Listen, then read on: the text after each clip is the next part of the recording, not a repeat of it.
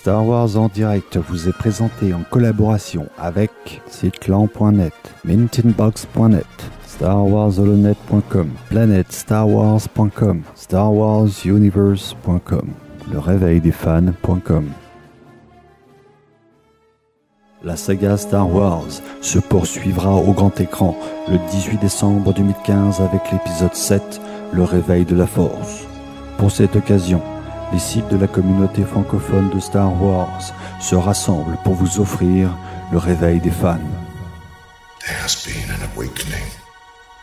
Have you felt it? Réveillez le fan de Star Wars qui dort en vous. Créez un événement ou rejoignez une projection organisée dans votre ville ou région. Ne manquez pas cette occasion historique et vivez la première du Réveil de la Force aux côtés de milliers d'autres fans comme vous. Chewie, we're home.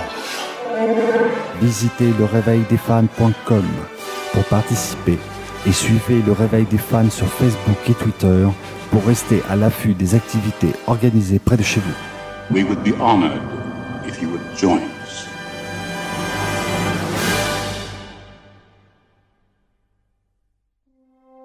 A long time ago, in a galaxy far, far away. There has been an awakening. Have you felt it? A communications disruption can mean only one thing. That thing's operational. Hello, and welcome to Star Wars on Direct. Yes, the voice of Star Wars fandom. The show informs us and entertains us, and it binds the fans together. If you strike me down, I shall become more powerful than you can possibly imagine. Force is strong in this one. Hello, what have we here? Nice of you guys to drop by. We would be honored if you would join us. Chewie, we're home. Bienvenue à Star Wars en direct, la voix du fandom Star Wars pour cette 111e édition enregistrée le mardi 15 septembre 2015. Aujourd'hui, on parlera pas de tournage, on parlera pas de littérature, on parlera pas de jeux vidéo. On va consacrer entièrement cet épisode au jeu de miniature X-Wing de Fantasy Flight Game. Plus particulièrement à la description de la Wave 7 du jeu. Dans le fond, c'est un genre de unboxing qu'on va vous faire très détaillé, où on va vous décrire un peu le contenu de la vague 7, puis offrir nos commentaires au fur et à mesure. Pour m'accompagner cette semaine, un autre collectionneur et joueur des jeux miniatures de Fantasy Flight Game, Jean-François Richard. Salut Jean-François. Salut Danny. Si je pourrais te dire qu'est-ce que tu as fait la dernière semaine en rapport à Star Wars, et peut-être un petit commentaire vite sur la vague 7 avant qu'on rentre en détail. Ouais, ben j'ai acquis la vague 7. J'ai pas eu la chance de jouer avec encore. Mais il y a une couple de upgrades qui vont complètement changer le jeu. Mm-hmm. Ça va être très intéressant à voir. Je pense qu'il y a une carte en particulier que tout le monde va jouer. Oui, en effet. On va sûrement s'arrêter un peu sur cette carte-là quand on va l'atteindre. Pour ma part, j'ai pas fait grand-chose à part me préparer pour mon voyage et je me suis procuré aussi la vague 7, mais ça fait quand même quelques semaines. J'ai eu le temps de l'étudier un petit peu, j'ai pas eu l'occasion de jouer par contre. J'étais un peu déçu que j'ai pas eu l'occasion de jouer. Beaucoup de choses en arrière-scène pour Star Wars en direct et de l'édition, etc. qui m'a empêché d'essayer tout ça. Bien entendu, cette émission s'adresse surtout aux joueurs des miniatures X-Wing et à ceux qui veulent s'intéresser au jeu. Pour les autres, ou ceux qui s'intéressent pas vraiment, je vous invite à aller écouter nos dernières émissions. Enfin, notre dernière émission, Star Wars en direct 110, qui est intitulée Recherche BB-8 désespérément sur Star Wars.direct, où on vous parle des dernières actualités des films. On vous parle aussi du Force Friday, de beaucoup de produits dérivés et de la fameuse Jedi Night qui a eu lieu à Paris. Donc, avant de passer en hyperespace, je voudrais remercier nos partenaires, Mintinbox, Star Wars Holonet, siteclan.net, Planète Star Wars, Star Wars Universe, ainsi que le Réveil des fans. Oh crap! Prepare to jump into hyperspace on my mark. All right, stand by.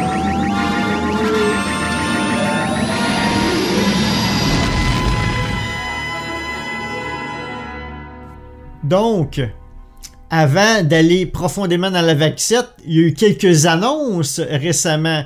Et je vais commencer avec la première annonce.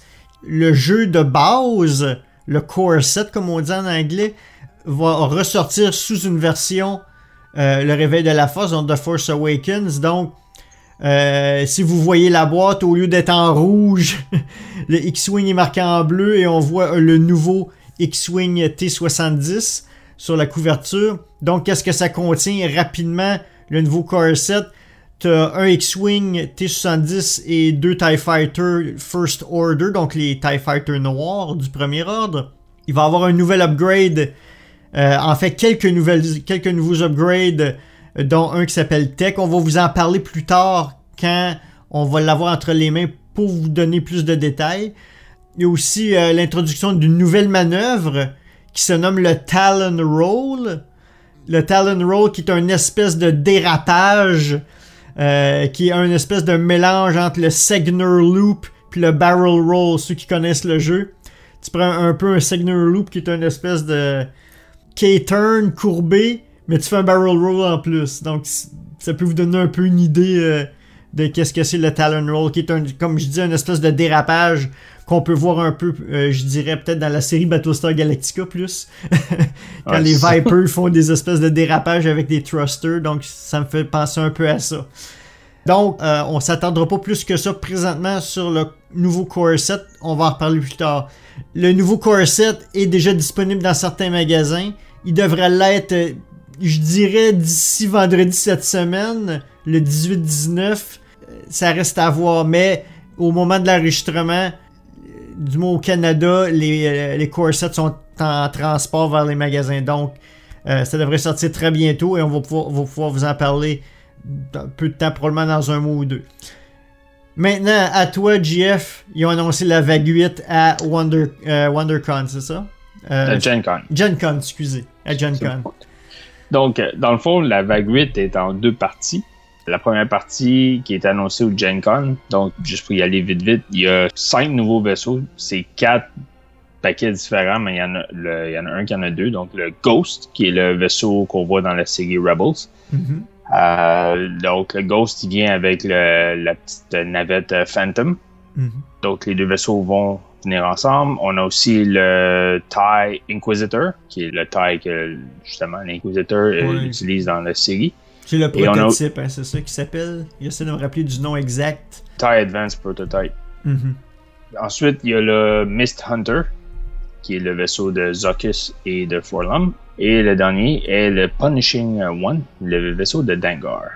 Mm-hmm. Donc, on peut considérer que le vaisseau de Dengar et de Forlum, c'est dans Scum and Villainy. C'est dans la faction Scum. Exactement, et ça complète, je crois, tous les vaisseaux des chasseurs de primes principaux, on peut dire chasseurs de primes majeurs de l'époque... qu'on voit dans Empire Strikes Back, dans l'Empire Contre-Attaque, dans le fond, les... Exactement. Donc aussi, ce qui fait partie de la vague 8, il y a le Imperial Assault Carrier, que l'on voit aussi dans la série Rebel. Donc, le Carrier, il vient avec 2 TIE Fighters en plus. Parce qu'on n'en a pas assez. Donc, lui, il semble il va être disponible avant la vague 8, même s'il était annoncé en même temps, parce qu'il est déjà dans le statut d'être imprimé, tandis que les autres vaisseaux sont encore en mode développement.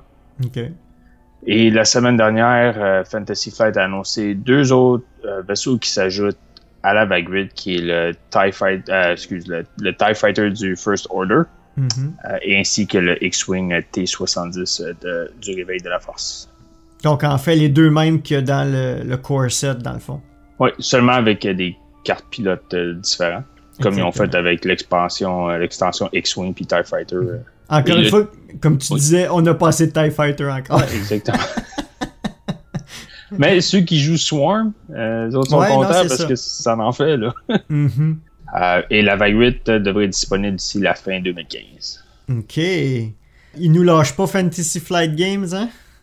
Non, ils aiment notre portefeuille. Une chose qu'on peut mentionner, c'est que le Assault Carrier, c'est un huge ship. Donc, t'as le template du huge ship.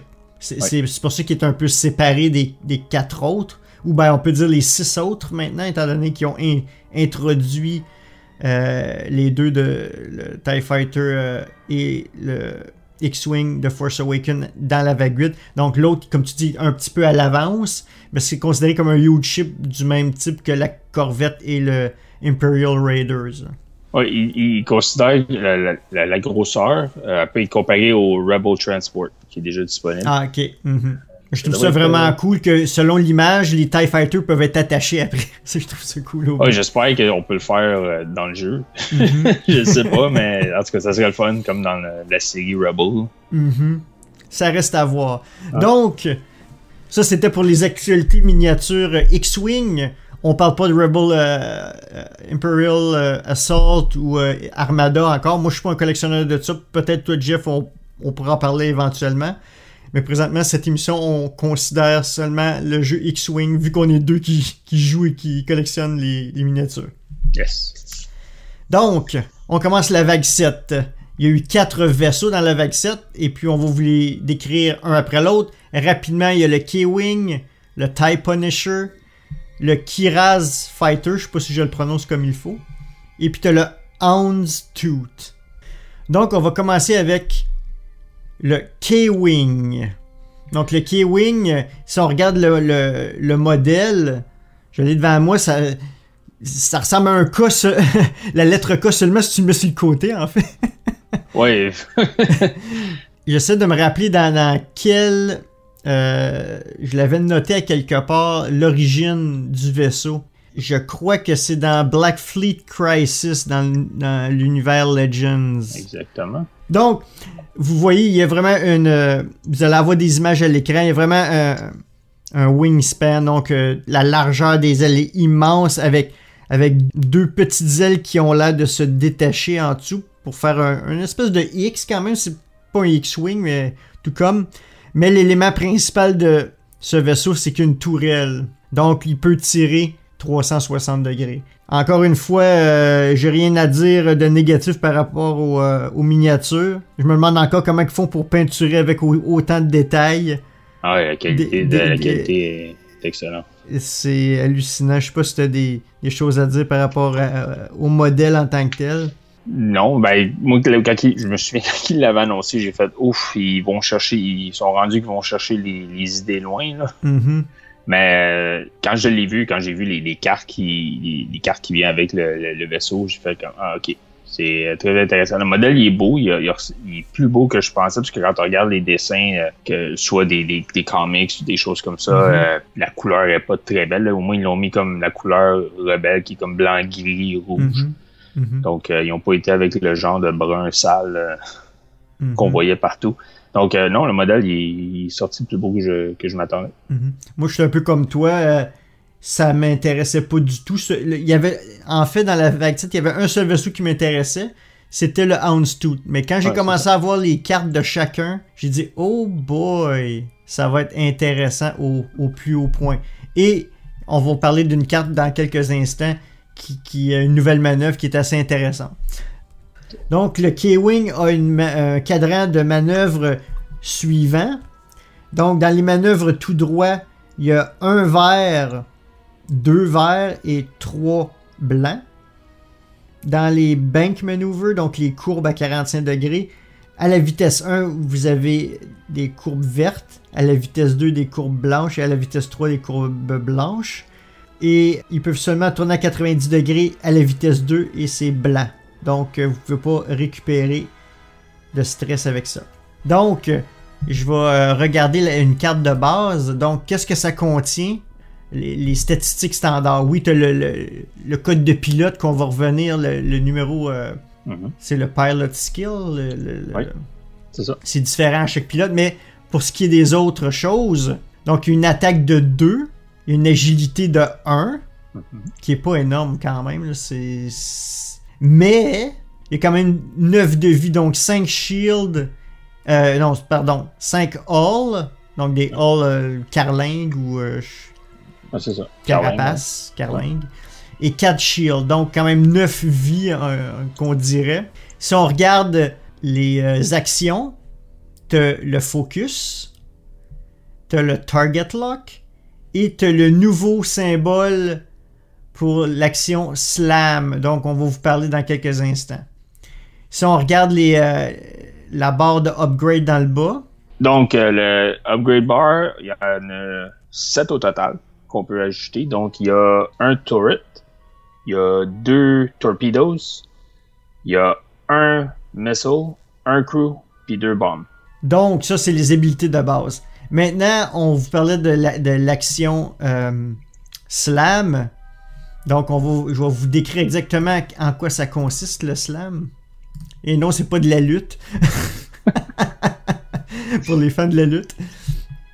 Bon, je vais essayer de le traduire on the fly, parce que les cartes, moi et Jean-François, on a le jeu en anglais et non en français.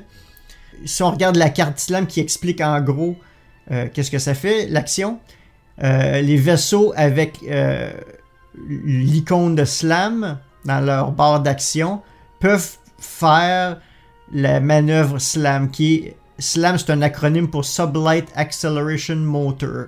Pour faire la manœuvre SLAM, tu choisis une manœuvre dans le cadran de déplacement, je pourrais dire, le maneuver dial, ou le cadran de manœuvre, on va appeler.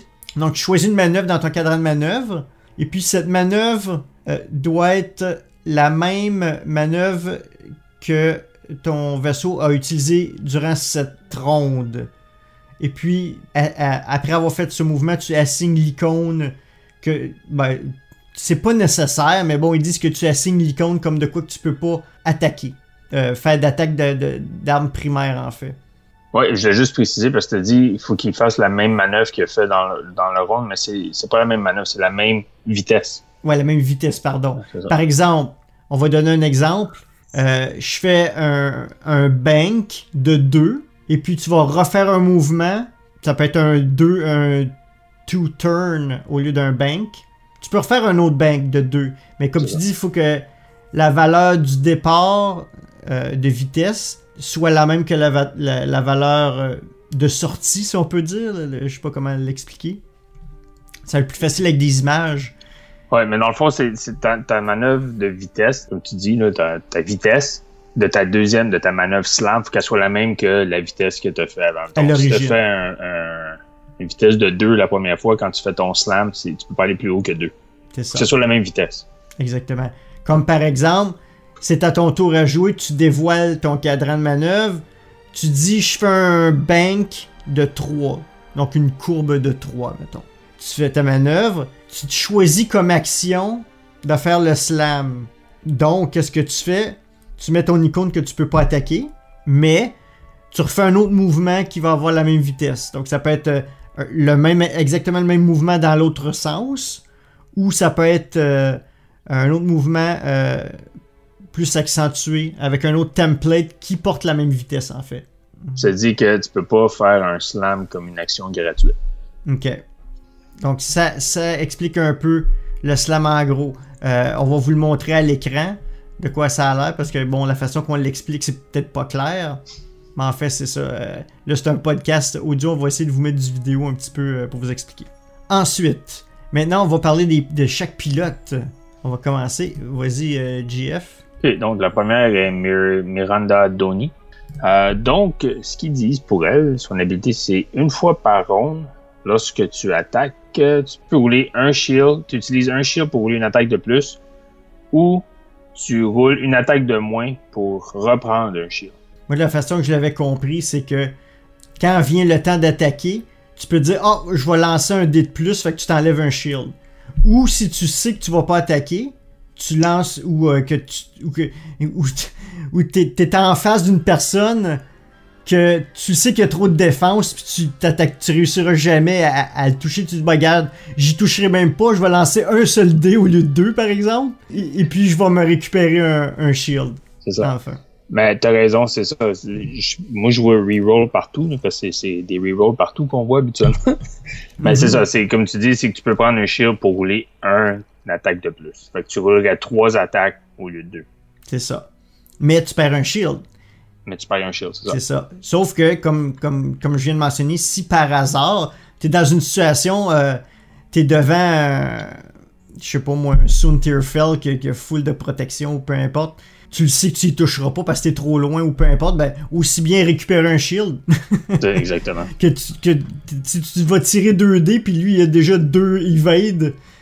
2 evade de sortie, tu sais que tu y toucheras pas, aussi bien de tirer juste un dé et puis récupérer un shield. Ouais, c'est ça, te protéger le plus possible. Exactement. Qu'est-ce qui est intéressant aussi, que je crois que c'est la pilote qui a la plus haute attaque dans le deck, dans les K-Wing, avec un pilot skill de 8. Donc une habilité de pilote de 8. Donc elle va attaquer relativement en premier.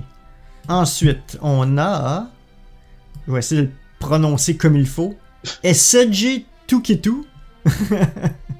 Celui-là, il a une habilité de pilote de 6. Et sa spécialité, c'est un pilote unique. Un peu comme Miranda tout à l'heure, c'est un pilote unique, donc tu peux pas en avoir 2 dans ton escadron. Mm-hmm. Donc, je vais le lire en anglais puis je vais le traduire après. When another friendly ship at range 1 or 2 is attacking, it may treat your focus token as its own. Donc, en fait, si tu as un vaisseau ennemi à une distance de 1 ou 2, si ce vaisseau-là est en train d'attaquer, il peut utiliser ton focus comme si c'était le sien, en fait. Donc, le reste du vaisseau est identique. Et ce vaisseau-là, on n'a pas parlé de l'autre, il y a un coût de 28 quand tu fais un escadron.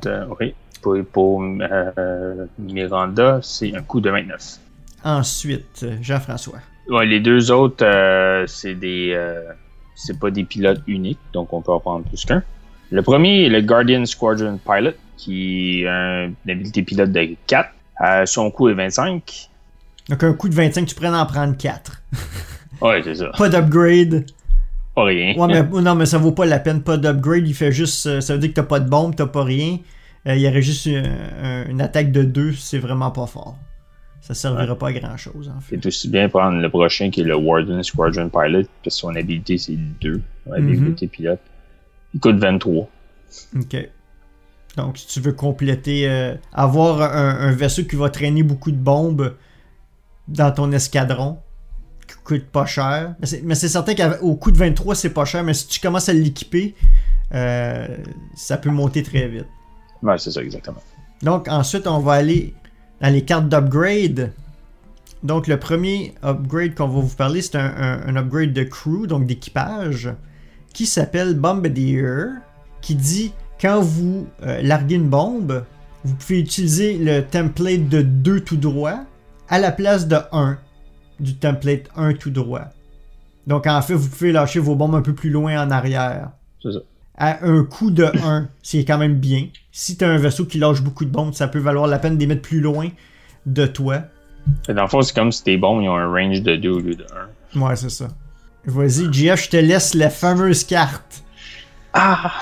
Ok, la prochaine, elle s'appelle Twin Laser Turret. Et la carte, ça se dit, je vais le lire en anglais en premier, ça se dit Attack. Perform this attack twice, even against a ship outside your firing arc. Each time this attack hits, the defender suffer 1 damage, then cancel all dice results. Dans le fond, ce que la carte te permet de faire, c'est attaquer 2 fois. Ok. Mm-hmm. En gros, c'est ça, oui. Peut-être mentionner le nombre de dés et le range. 3. Et le range, c'est 2-3. Ce que ça dit, par exemple, c'est que tu peux attaquer 2 fois, même contre des vaisseaux qui sont à l'extérieur de ton firing arc. Ça qui est sur la carte sur la base du vaisseau. Mm-hmm. Mm-hmm. Donc, si habituellement, le arc, l'arche, habituellement, c'est comme 90 degrés en avant. Ben là, tu peux attaquer soit en arrière, soit sur le côté. Puis, à chaque fois que tu attaques, à chaque fois que ton attaque frappe, peu importe si ton ennemi a un shield, mais à chaque fois que tu attaques, il souffre 1 dommage. C'est ça. Tu peux avoir comme 3 hits, mais ça va juste en faire 1. Mais c'est un dommage garanti. C'est ça. C'est ça que ça veut dire en gros. Mais ça, c'est assez incroyable comme carte parce que de 1, le range est plus grand que d'habitude. Habituellement, je pense que c'est juste 2, genre.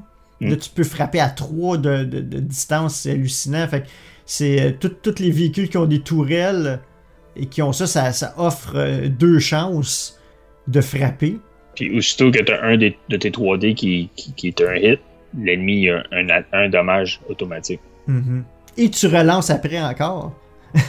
Ouais, et tu relances parce que t'as 2 attaques. Ouais. Exactement. Donc, imagine, tu combines ça. C'est Gunner. C'est la carte, je sais pas, ça vient pas dans la vague 7, là, mais il y a une carte qui s'appelle Gunner. Qui, je pense, c'est quand tu as fait une attaque, puis l'attaque n'a pas frappé, tu peux refaire une autre attaque dans la même ronde. Fait que peut-être que ça pourrait te donner une 3e attaque, imagine. Là. C'est rendu fou. Ben, cette carte-là, qu'est-ce que j'aime, c'est que ça peut être pratique contre les vaisseaux qui sont pas tuables. Tu sais, comme par exemple, t'as le faucon, là, que tu le sais que il va tout le temps récupérer un shield ou peu importe, puis tu réussiras jamais à l'attaquer. Imagine que tu as 2, 3, même 4 Y-Wing qui ont cette carte-là, qui attaquent 2 fois en swarm sur le faucon. Il durera pas longtemps, le faucon. Là.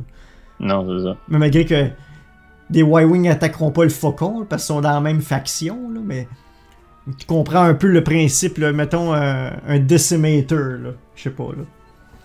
Puis t'arrives... Ben non, c'est pas vrai. Tu peux avoir des Scum and Villainy. Ouais. Avec des Y-Wing Twin Laser Turret.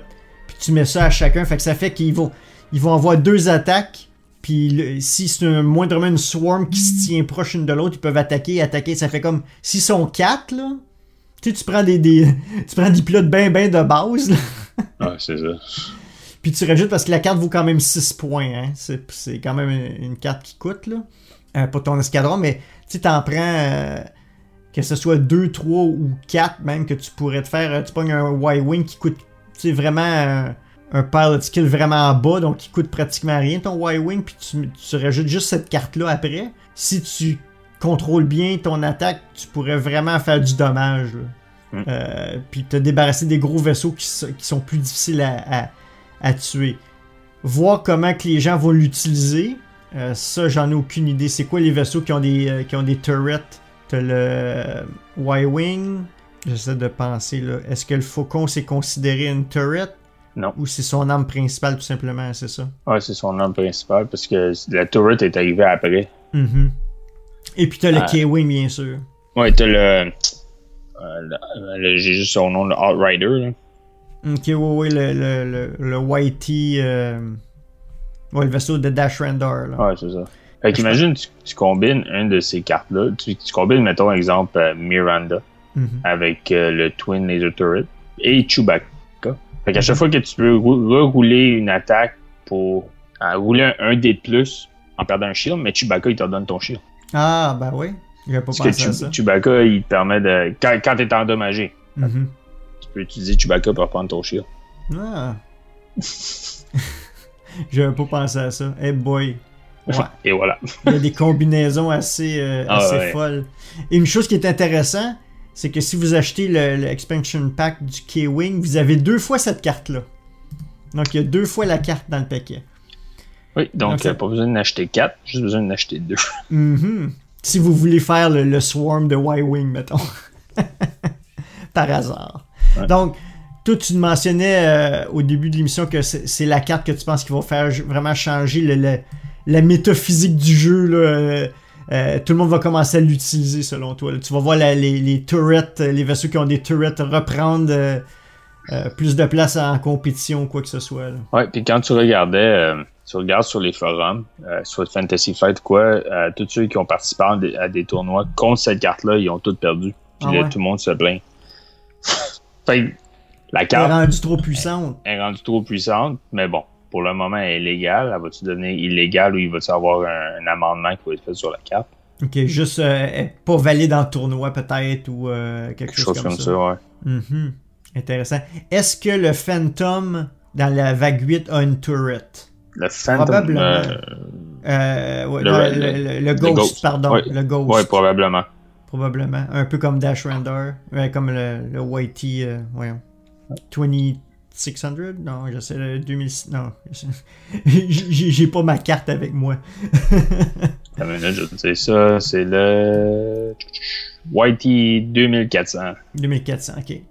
Donc, j'ai hâte de voir. Parce que, comme tu dis, si c'est trop puissant, ils vont être obligés dans la vaguette, malgré que c'est déjà en impression, là, probablement, ou pas loin, ils vont être obligés de faire une carte pour compenser cette arme-là. Tu sais, qui est rendu trop fort, là. Ouais, c'est ça. Puis à un range de 2-3, c'est hallucinant, là. Tu sais. Oui, à 3, ton adversaire va avoir un dé d'agilité de plus pour se défendre. Quand même. N'est-ce pas? Ouais, c'est un game changer, comme tu dis. Ouais. Ensuite, on va dans les secondary weapons. Une carte que j'aime bien, spécialement pour la vague 7 qui a l'air de vouloir ramener les bombes dans le jeu, qui s'appelle Extra Munition. Qu'est-ce que ça fait, cette carte-là? Ici, elle a un coût de 2, donc c'est pas trop cher.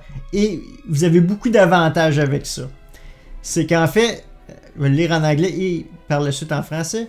When you equip this card, place one ordnance token on each equipped torpedo, missile, and bomb upgrade card. When you are instructed to discard an upgrade card, you may discard one ordnance token or that card instead. Donc en fait, qu'est-ce qui accompagne la carte? Tu as des petits tokens, des petits jetons. Et puis ces petits jetons-là, en fait, doublent ton upgrade. Donc si tu prends, mettons que tu as des bombes, des missiles, puis des torpilles, tu as pris des cartes de chacune, ou 2 de 3, ou juste des bombes, par exemple. Si vous prenez cette carte-là qui coûte pratiquement rien, 2, un coût de 2, ben vous allez avoir le double de l'équipement, en fait. Donc vous mettez le token, le jeton sur votre carte. Je vais vous mettre une image à l'écran dans la version rehaussée. Donc, une fois que votre attaque est faite avec la bombe ou le missile, peu importe, quand ils disent de discarter la carte, ben, au lieu de discarter la carte, vous enlevez le jeton, il vous en reste un autre. Donc, une autre arme exactement pareille encore. Donc, ça double vos armes pour un coût de 2. Donc, imaginez que vous décidez de vraiment remplir à capacité votre K-Wing ou votre TIE Punisher, ou peu importe le vaisseau qui peut avoir des torpilles, là, en fait. Vous prenez ce coût-là de 2 et vous avez le double. Ouais, c'est ça. Donc, ça peut vraiment valoir la peine pour un coût minime de 2. C'est vraiment fait pour tout ce qui est bomber, là, le K-Wing, TIE Punisher, TIE Bomber, etc. Tous ceux qui traînent beaucoup de bombes et de missiles, là, c'est en fait des véhicules qui sont surtout là pour livrer des armes secondaires, là, en fait. Ouais, c'est très intéressant. Je me demande si ça va être une carte qui va être jouée beaucoup. Je sais pas. Ben, je pense que ça a été... Ben, regarde, si tu regardes l'image qui vient sur la carte, t'as un TIE Bomber. Fait que ça montre clairement à quel vaisseau aussi est destiné ouais, c'est ça. La carte. Oui, est dans le expansion pack des K-Wing, mais en fait, clairement, ça va être pour le B-Wing, pas le B-Wing, pardon, TIE Punisher. Ouais. Donc, c'est vraiment une carte intéressante qui va pousser les gens à utiliser des bombes et de l'équipement secondaire, parce que on regarde en compétition, il n'y a pas beaucoup de monde qui utilise ça. Non. Hein? C'est vraiment les lasers toujours. Ouais, c'est ça. Donc, au fur et à mesure qu'on va avancer dans la vague 7, vous allez voir qu'il y a une volonté des designers du jeu de ramener les bombes là, dans le jeu. Et les missiles, etc. Ensuite, le Advance Homing Missile. Donc, cette carte, ce que ça dit, je vais le lire en anglais, c'est Attack Target Lock. Ça dit discard this card to perform this attack. If this attack hits, deal 1 face-up damage card to the defender, then cancel all dice results. En fait, ce que ça dit, c'est que c'est une attaque qui peut pas vraiment manquer. Puis si tu attaques, donc l'attaque c'est 3D. Donc peu importe un des 3D qui touche, l'ennemi a un damage, une carte de dommage face-up, ça veut dire que tu vois, ça décrit c'est quoi le dommage, le résultat du dommage. Ça, c'est un dommage critique, là. C'est un dommage critique. Puis ensuite, tu cancelles tous les résultats des dés. Fait que peu importe si l'ennemi, lui, réussit à évader tes attaques, ça touche automatique. Mm-hmm. Et c'était une distance de 2. Ouais, une distance de 2. Elle coûte seulement 3. C'est pas une carte qui coûte beaucoup non plus. Ça pourrait être très intéressant, ça, avec pour tous ceux qui ont Target Lock. Mm-hmm. C'est bon, en effet. Puis en plus, Si tu combines avec l'Extra Munition, ben, t'en as 2. Et voilà. Donc, c'est une chose qui va revenir. On va essayer d'y repenser quand certaines situations vont venir. Là. C'est assez intéressant. Ensuite, Plasma Torpedo. Donc, c'est quand même assez puissant. C'est 4D. Donc, tu lances 4D à une distance de 2 et 3. C'est une attaque, il faut que tu aies un target lock sur ton adversaire. Donc, spend your target lock and discard this card to perform this attack. If this attack hits, after dealing damage, remove one shield token from the defender. Donc, on dit que pour utiliser ces cartes, il faut que tu aies un target lock, donc faut que tu sois ciblé sur ton adversaire. Et puis, tu utilises ton target lock, donc tu retires tes jetons pour utiliser cette carte. Et puis, après l'avoir utilisé, tu retires la carte parce que c'est une seule utilisation. Donc, il dit que si l'attaque a réussi à frapper, et tu as 4D. Donc, une bonne chance que tu réussisses à toucher, à moins que ton adversaire réussisse à bien se défendre, et très très bien même. Donc, si vous réussissez à le toucher, après avoir émis le dommage, en fait, donc s'il y a un dommage, il a pris sa carte, tu lui enlèves un shield en plus. C'est ça que je comprendrais. Ouais, c'est ça. After dealing damage, donc le dommage que tu as reçu des dés, si tu as 2 damage, tu lui donnes les 2 damage, mais en plus tu y enlèves un shield. Et voilà. Valeur de 3, donc ça coûte 3 et c'est classé dans la catégorie torpille. Ensuite. On tourne dans les bombes. La première, c'est ConnorNet. ConnorNet, ce que ça dit, je vais le dire en anglais. Action, discard this card to drop one ConnorNet token. When a ship space or maneuver template overlaps this token detonates. Dans le fond, ce que ça dit, c'est que pour la jouer, tu dois laisser tomber la carte. Puis quand tu mets ton token de ConnorNet, quand l'ennemi la base de son vaisseau ou la base de son template de mouvement, si il touche au token, ben le token il explose. Et sérieux, le token du CornerNet là, il est gigantesque. Ah ouais, il est gros. Donc si tu réussis à le déposer là, c'est quasiment la grosseur d'un vaisseau. Exactement. Si quelqu'un te suit de moindrement après puis tu le lances en arrière là, il est quasiment assuré de toucher là. Puis je veux lire la carte parce que là, il faut que je la sorte parce que j'ai les. Parce il explique le CornerNet. C'est quoi l'effet du CornerNet si vous touchez? Parce que là, on parle, ok, si vous le touchez, la bombe explose, là. Mais en fait, qu'est-ce que ça fait le CornerNet? Ils disent when this bomb token detonates, the ship that moves through or overlap this token suffer 1 damage, receive 2 iron tokens, and skip its perform action step. Donc, il y a plusieurs choses qui arrivent. Si, comme tu viens de dire, la base à touche ou le template de déplacement, donc la manœuvre de déplacement touche à ce jeton-là qui est immense, 1, tu prends un dommage automatique. 2, tu reçois 2 jetons de ion, des ion tokens. Et puis tu perds la phase de faire une action. Mais qu'est-ce qui est intéressant, c'est que 2 tokens de ion, c'est ce que tu as besoin pour incapacitated. J'essaie de trouver la traduction. Dans le fond, l'ennemi, il peut pas rien faire, il peut pas bouger, il peut pas... Son vaisseau, il est disabled. Il faut que dans son prochain tour, qu'il fasse un par en avant. Il n'y a aucun contrôle de manœuvre. Parce que c'est un des problèmes qu'on avait avec la plupart des trucs à ion présentement, c'est que si tu attaquais un large ship, un jeton de ion, il va le traîner puis il sera pas dans l'incapacité de bouger. Mais s'il touche au CornerNet, il y en a 2 automatiques. Donc ça, c'est parfait. Parce que s'il touche, si tu planifies bien ton attaque, tu lâches le CornerNet, puis c'est un vaisseau qui se déplaçait en premier, par exemple. Tu sais, un vaisseau qui a une habilité de pilote assez basse, donc il se déplace en premier. Il lâche le CornerNet. Donc, le vaisseau qui a un pilot skill, qui a une habilité de pilote plus haut, joue à la fin. Donc, il a déjà programmé sa manœuvre. Hein? Puis là, tu viens de foutre un gros jeton direct dans son chemin. Fait que là, lui, il est fait. Puis si t'as bien pensé à ton attaque, t'as des vaisseaux pas trop loin qui sont prêts à attaquer lui qui pourra pas rien faire dans sa prochaine la prochaine phase de jeu. Donc ça peut être super intéressant comme bombe à lâcher. Justement, on parlait qu'il essaie de ramener les bombes, etc.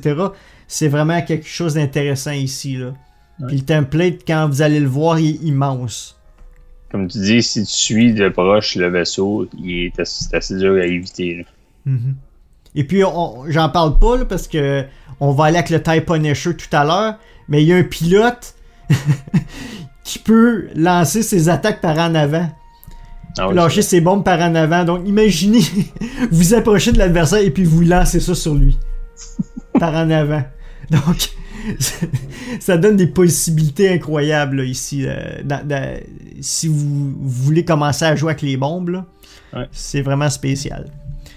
Dernière carte pour les bombes, c'est le Ion Bomb. Donc, valeur d'un coup de 2. Le Corner Nut, on a-tu dit la valeur, comment qu'elle coûtait? C'est 4. 4. Quand même assez élevé, mais ça peut valoir la peine. Et c'est classé dans quelle catégorie, ça? C'est dans les bombes. Dans les bombes. Donc, imaginez. Faites juste imaginer. Vous prenez Extra Munition en plus. T'en as 2. Ouais, t'en as 2. T'es mets une après l'autre. Ouais. Assez fou. Ion Bombs. Un coup de 2, donc c'est très très faible comme coup. Donc, when you reveal your maneuver dial, you may discard to drop one Ion Bomb token.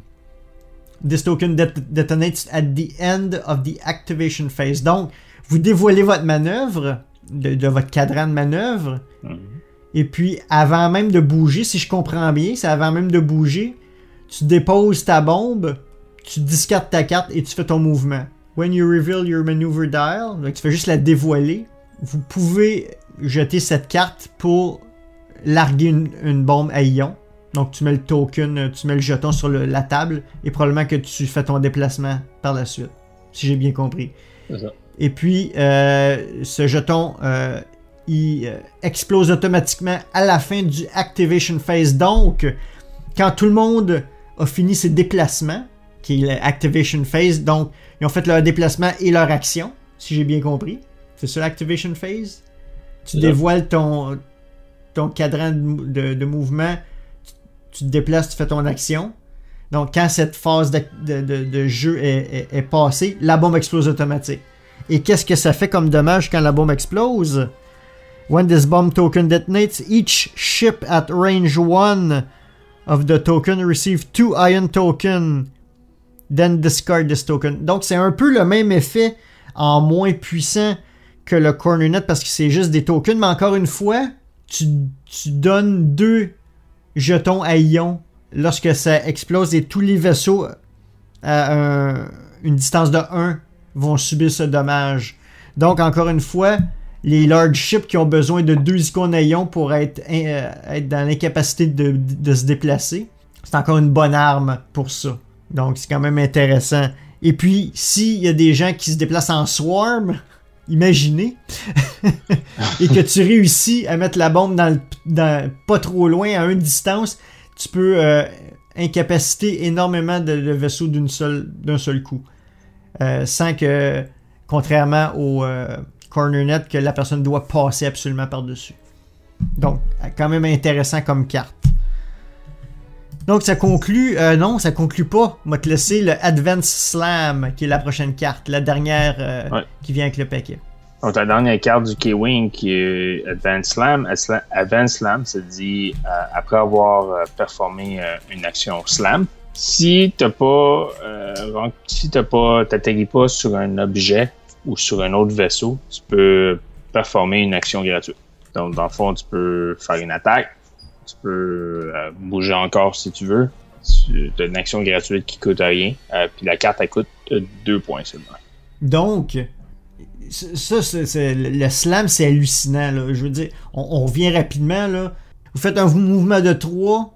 Vous laissez tomber une bombe à 1 distance, par exemple, en arrière de vous.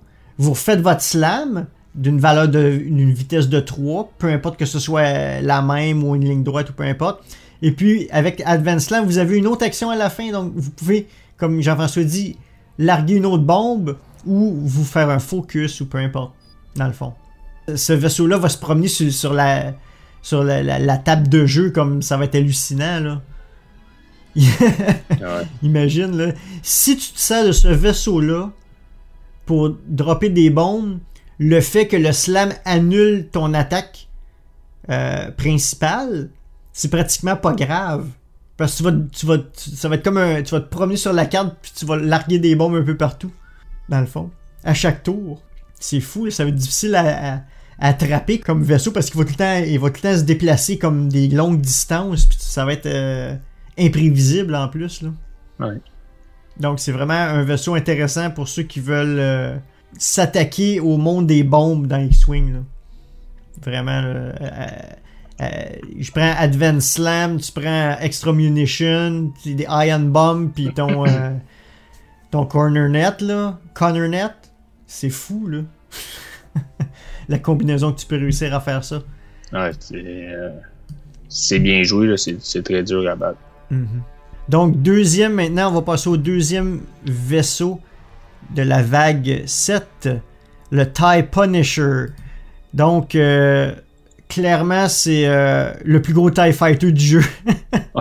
Le plus gros TIE du jeu. Si vous le comparez à un TIE Advance, un TIE... Bomber.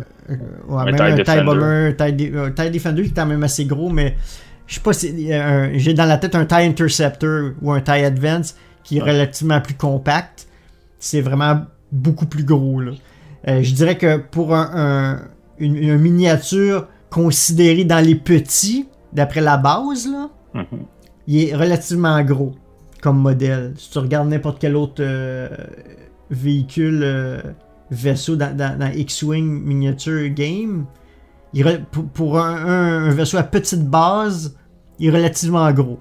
Donc, qu'est-ce qu'on voit, évidemment? Bah, t'as les ailes à la TIE Advance et t'as le cockpit principal au centre et t'as 4 pods de missiles et bombes, etc.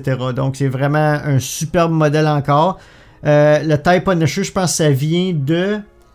Galactic Battleground. Ok, c'est ça. C'est un jeu, ça. C'est un jeu vidéo. C'est un jeu qui est sorti juste avant, entre l'épisode 1 et l'épisode 2. Fait que ça fait au moins plus de 10 ans. Ok. Qui est un genre de Age of Empire, mais version Star Wars. Ok. C'était pas très bon.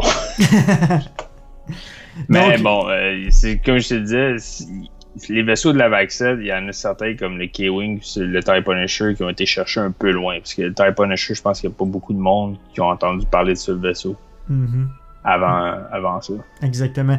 Je pense que c'est une des raisons pourquoi ils ont vraiment mis des cartes intéressantes, parce que les gens, c'est vraiment étirer la sauce, le côté où aller chercher les vaisseaux, là, la variété de vaisseaux, là. Tu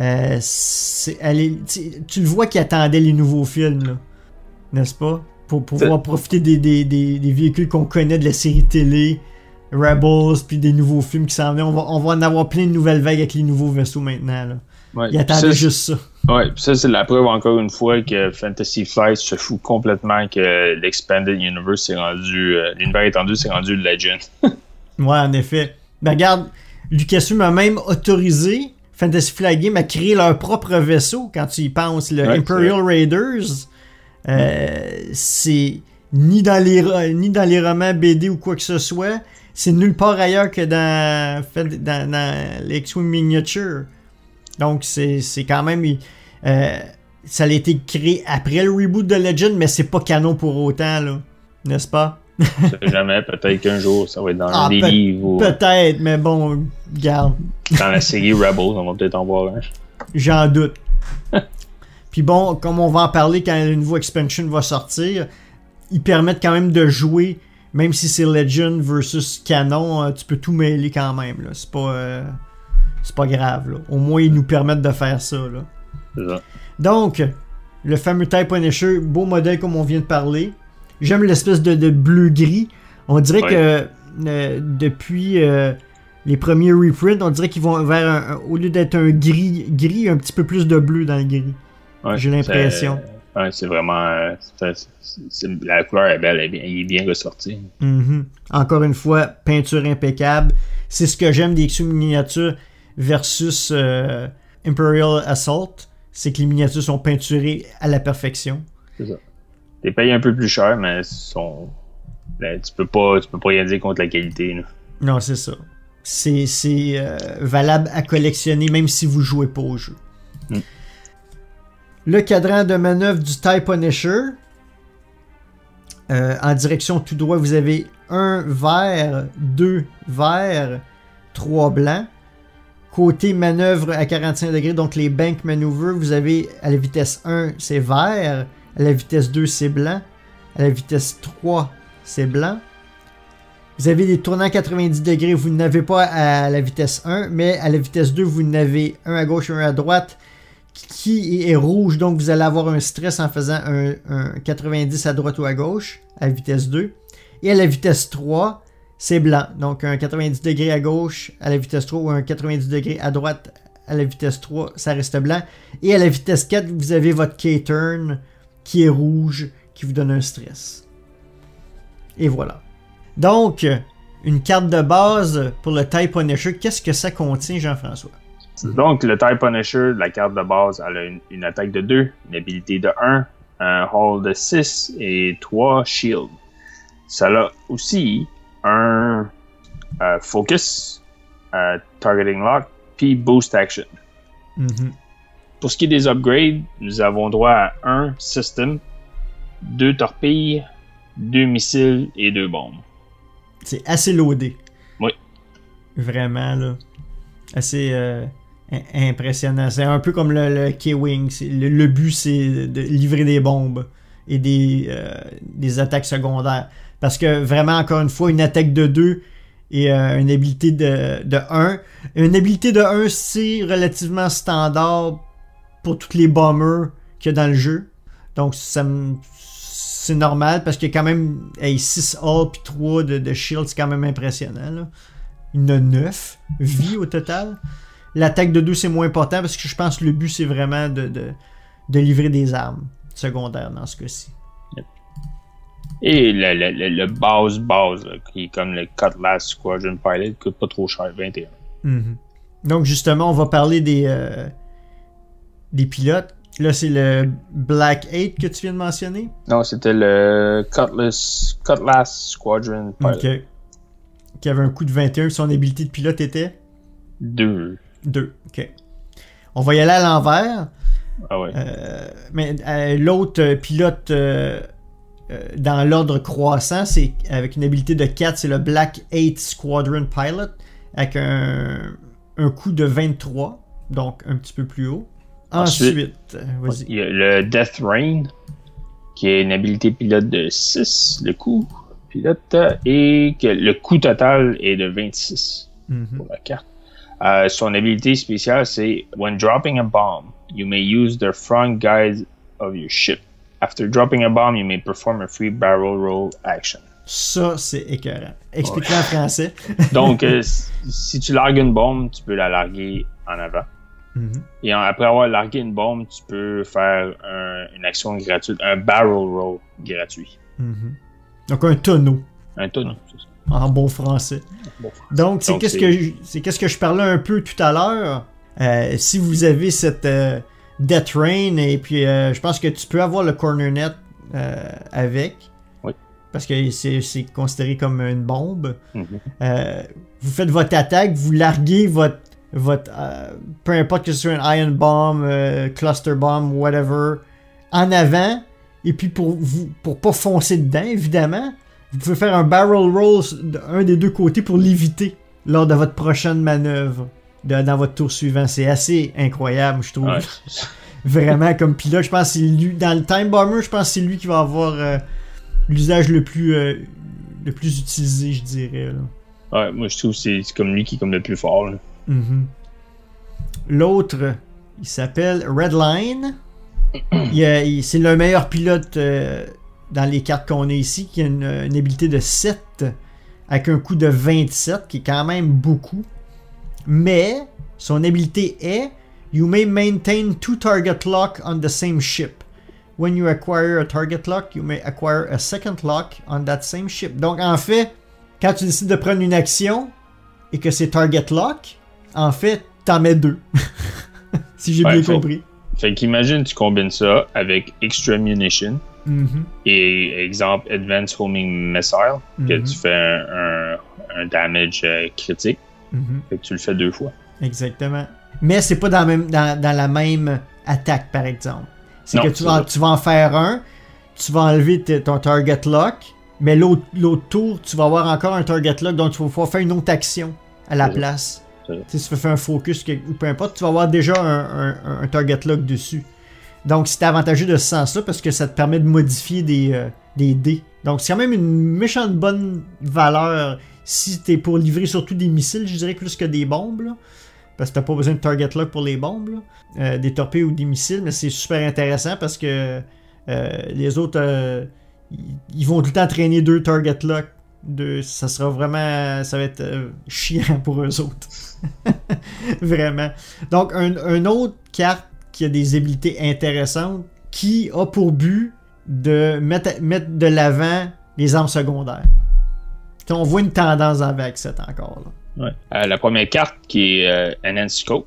Donc la carte se dit que durant la phase d'activation, tu traites ton habilité pilote avec une valeur de 0. C'est que dans le fond, tu joues en premier. Et puis ça a une valeur de 1, fait que c'est pratiquement rien. Puis ça paraît pas là, mais c'est super intéressant parce que ton pilote il y a 8 mettons d'habilité. Tu le sais qu'il va se déplacer à la fin complètement. Mais là, si tu as cette carte-là, tu te déplaces le premier et t'attaques le premier. Exactement. Donc, ça peut être super pratique. Même si tu as des bombes à larguer, là, tu sais, t'as un pilote super avec une habilité très haute, puis tu pourras pas surprendre quelqu'un avec une bombe. Parce qu'ils vont tous avoir fait leur déplacement déjà. Tu sais, parce que tu te déplaces à la fin. Comment tu peux surprendre quelqu'un avec une bombe si tu es dans les derniers à faire tes actions, etc. Malgré que larguer la bombe, non, c'est pas ton attaque. Ah oui, c'est ton attaque. Je dis des niaiseries. Tout ça pour dire que, bon, non, le Netscope, tu joues en premier. Exactement, mais ça peut être pratique pour surprendre les gens. Exactement. Ensuite, on a Secondary Weapon. Extra Munition, on vous en a parlé tout à l'heure. Flechette Torpedoes, il y a eu ça dans des expansion packs précédents. Tu as le Advanced Homing Missile qu'on vient juste de vous parler, avec le K-Wing, ainsi que le Plasma Torpedo aussi qu'on vous a parlé dans le K-Wing. Et maintenant, je te laisse encore une arme impressionnante. Le Cluster Mines. Le Cluster Mines, si vous achetez le jeu, vous allez voir, le jeton du Cluster Mine, il est, je dirais peut-être la grosseur d'une base de vaisseau. C'est encore plus gros, en fait. Encore plus gros, bon. Parce que c'est 3 jetons, un à côté de l'autre. Ouais. J'essaie de le sortir de mon sac, là. Je vais vous montrer une image à l'écran avec une animation. Je vais le filmer, là. Fait que la carte, c'est que ça dit Action, discard to drop 1 Cluster Mine token set. Donc, comme Danny dit, c'est pas seulement une mine, mais c'est le set au complet de 3 mines. Ça dit when the ship, space, or maneuver template overlaps a cluster mine token, that token detonates. Ce que ça dit, c'est si, lorsque le vaisseau ennemi, si sa base ou son template de manœuvre touche le token, un des tokens, pas nécessairement les 3, mais un des tokens, ce token-là, c'est le token qui touche, explose. Ça veut dire que t'en perds tu perds un token, mais il en reste encore 2. Exactement. Si vous le voyez à l'écran, ou je vais le mettre à l'écran, c'est extrêmement large. Qu'est-ce que ça couvre? Je mets le Houndstooth à côté, moi, devant moi à l'écran, vous le verrez pas, mais c'est aussi long que le Houndstooth. Les trois mines une à côté de l'autre, collés ensemble. Donc c'est extrêmement large. Si vous larguez ça, que ce soit devant avec Redline, ou derrière avec n'importe quel autre vaisseau, la personne qui vous suit, elle va avoir extrêmement de la difficulté à les éviter. si elle avait pas fait sa manœuvre avant. Parce que même, comme tu dis ici, c'est la base et le template de déplacement qu'il faut qu'il touche, un peu comme le corner net. Et puis c'est encore plus large que le corner net. Donc imaginez. Et puis l'avantage, c'est que une seule des... c'est les tokens qui sont touchés qui explosent. Imaginez-vous, scénario. J'aime ça parce que c'est assez intéressant.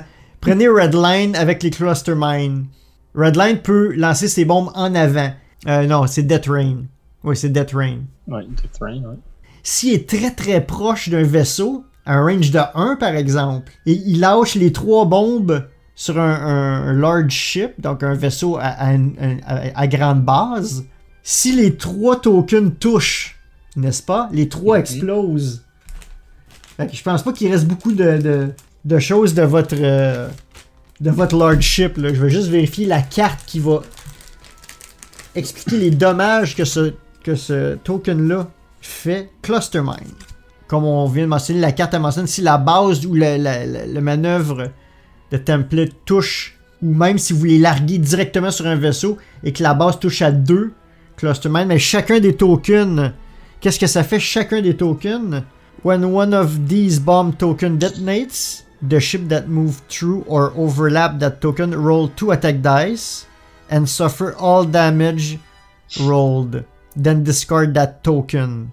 Donc dans le fond, il tire 2 dés d'attaque, 2 dés rouges, et puis il souffle les dommages. Donc imaginez si vous le larguez ou le vaisseau à base large passe sur 2 en même temps. Parce qu'une base large, je veux pas, il y en a 2 qui explosent, donc il faut qu'il lance 4 dés de dommages. Ouais. C'est assez puissant, puis c'est encore plus large que le corner net, donc c'est assez incroyable. Encore une fois, qu'est-ce qu'ils ont réussi à avoir comme idée de bombes. Encore une fois, de vouloir mettre en avant les bombes dans le jeu, donc c'est vraiment intéressant. C'est encore quelque chose qui me donne le goût de l'essayer. Ensuite, t'as le Twin Ion Engine MK2. Qu'est-ce que ça fait, ça? C'est une nouvelle carte, en fait. C'est une TIE Only. Donc, c'est une modification seulement pour les véhicules TIE. Non, Twin Ion Engine. Donc, le TIE Advance, TIE Fighter, etc. Qu'est-ce que ça fait? You may treat all bank maneuvers. Donc, les courbes à 45 degrés. As green maneuver. Donc, puis on sait que les manœuvres vertes permettent d'enlever les stress. Mais cette carte-là a été ciblée. Si vous regardez la carte, il y a une belle illustration d'un TIE Defender. Et puis c'est exactement fait pour ce vaisseau-là. Parce que si vous regardez toutes les bank maneuvers, donc les courbes, sont blanches. Donc avec cette carte-là, tout devient vert. Donc le TIE Defender, le maneuver dial du TIE Defender, par en avant, vous avez vitesse 2, 3, 4 et 5 vertes. Mais toutes les banks à gauche et à droite de 1, 2, 3 sont blanches. Donc vous ne pouvez pas récupérer enlever votre stress après votre vaisseau. Tandis qu'avec cette carte-là, toutes les manœuvres courbes sont vertes. Donc c'est hallucinant comment ça peut améliorer le TIE Defender, cette carte-là. Donc c'est tout, c'est qu'est-ce qui conclut le TIE Punisher. Maintenant on va aller, on a fait maintenant un vaisseau du côté des rebelles, de l'Alliance Rebelle et un de l'Empire Galactique. Maintenant les 2 prochains font partie de la faction Scum and Villainy. Donc Jean-François, quel est le prochain vaisseau? Le prochain vaisseau est le Kiraz Assault Fighter. Donc, ça, c'est un vaisseau qu'on a pu voir dans Star Wars Galaxies, je pense. Et voilà, merci. Le jeu Star Wars Galaxies. Ouais, Star Wars Galaxies, l'expansion Jump to Lightspeed. Mm-hmm. Donc, le modèle comme tel, je sais pas, je trouve que c'est un vaisseau ordinaire. C'est là que tu vois que c'est pas un vaisseau spécifique. C'est comme un chasseur ordinaire de base. J'aime un peu quand même la couleur, le mauve, avec le mauve. Je trouve que ça a bien ressorti. C'est ça, je veux dire, c'est le moins beau vaisseau de l'expansion, je trouve. Moi, je le trouve particulièrement intéressant. Moi, c'est le contraire complètement de toi. Okay. Je trouve qu'il fait badass, premièrement. il me fait penser beaucoup au E-Wing. C'est un peu le même type, les ailes recourbées à 45 degrés vers le bas. Ça a l'air d'un vaisseau, tu sais, comme tough, là, vraiment solide.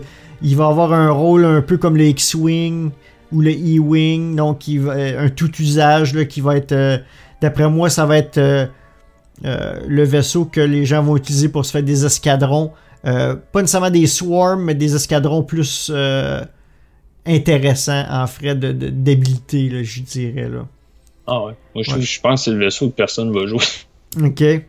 Je sais pas pourquoi je sais pas, je regardais ses pilotes puis tout ça, j'étais comme non, il y a rien qui ressort, il y a rien qui fait comme wow, faut vraiment que je joue ça. Il se fera pas nécessairement jouer. Il y a un pilote qui est intéressant, mais en tout cas, on va en parler au fur et à mesure qu'on va en parler.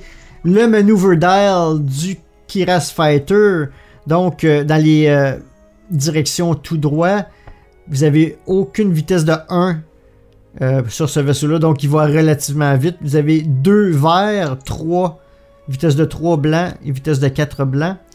Côté virage à 45 degrés, les bank maneuvers, vous avez 1 vert, 2 verts et 3 blancs. Et puis côté tournant à 90 degrés, vous avez seulement des manœuvres blanches, donc le 1 et le 2, que vous pouvez tourner à 90 degrés. Mais sans blague, un virage à droite ou à gauche de 1 blanc, c'est vraiment excellent. Tu peux tourner vraiment sur un, comme on dit en bon québécois, sur un 10 cents. Ouais.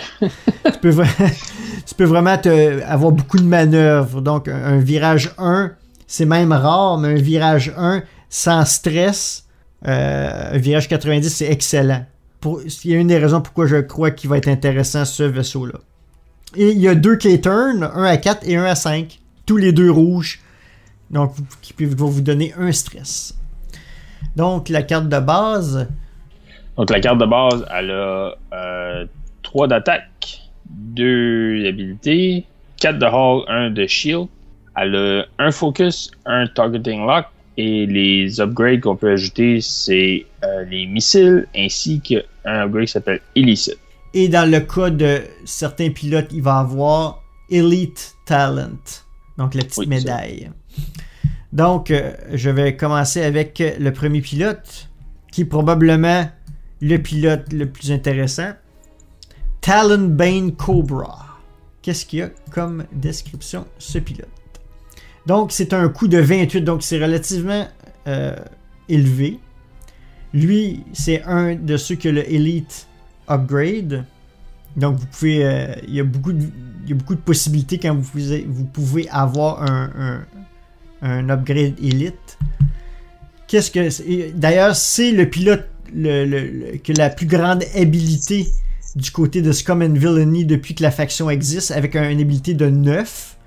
Donc, l'équivalent de Darth Vader, Han Solo, Wedge Antilles, Suntirfell. Donc, c'est l'équivalent en frais d'habilité de pilote. Son habilité dit when attacking or defending, double the effect of your range combat bonuses.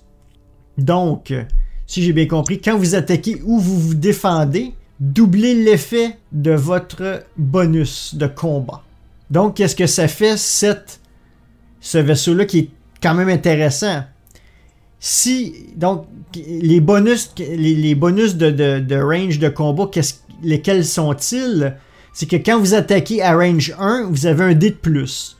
Quand vous vous défendez à une distance de 3, vous avez un dé de plus. Dans ce cas-ci, avec ce pilote-là, si vous êtes à range 1, vous n'allez pas seulement avoir un dé de plus, mais 2 dés de plus pour attaquer. Et si vous vous défendez à une distance de 3, vous n'aurez pas une agilité de plus, vous allez en avoir 2 de plus. Donc, techniquement, ce pilote-là, à range 1, attaque à 5 dés, si vous le prenez avec rien d'autre. Et puis, si vous vous défendez à une distance de 3, vous allez avoir 4 dés pour vous défendre. Qui est quand même impressionnant. Faut l'avouer. Ça explique pourquoi l'habilité pilote est 9. Mm-hmm. Donc, il va attaquer en premier, en plus.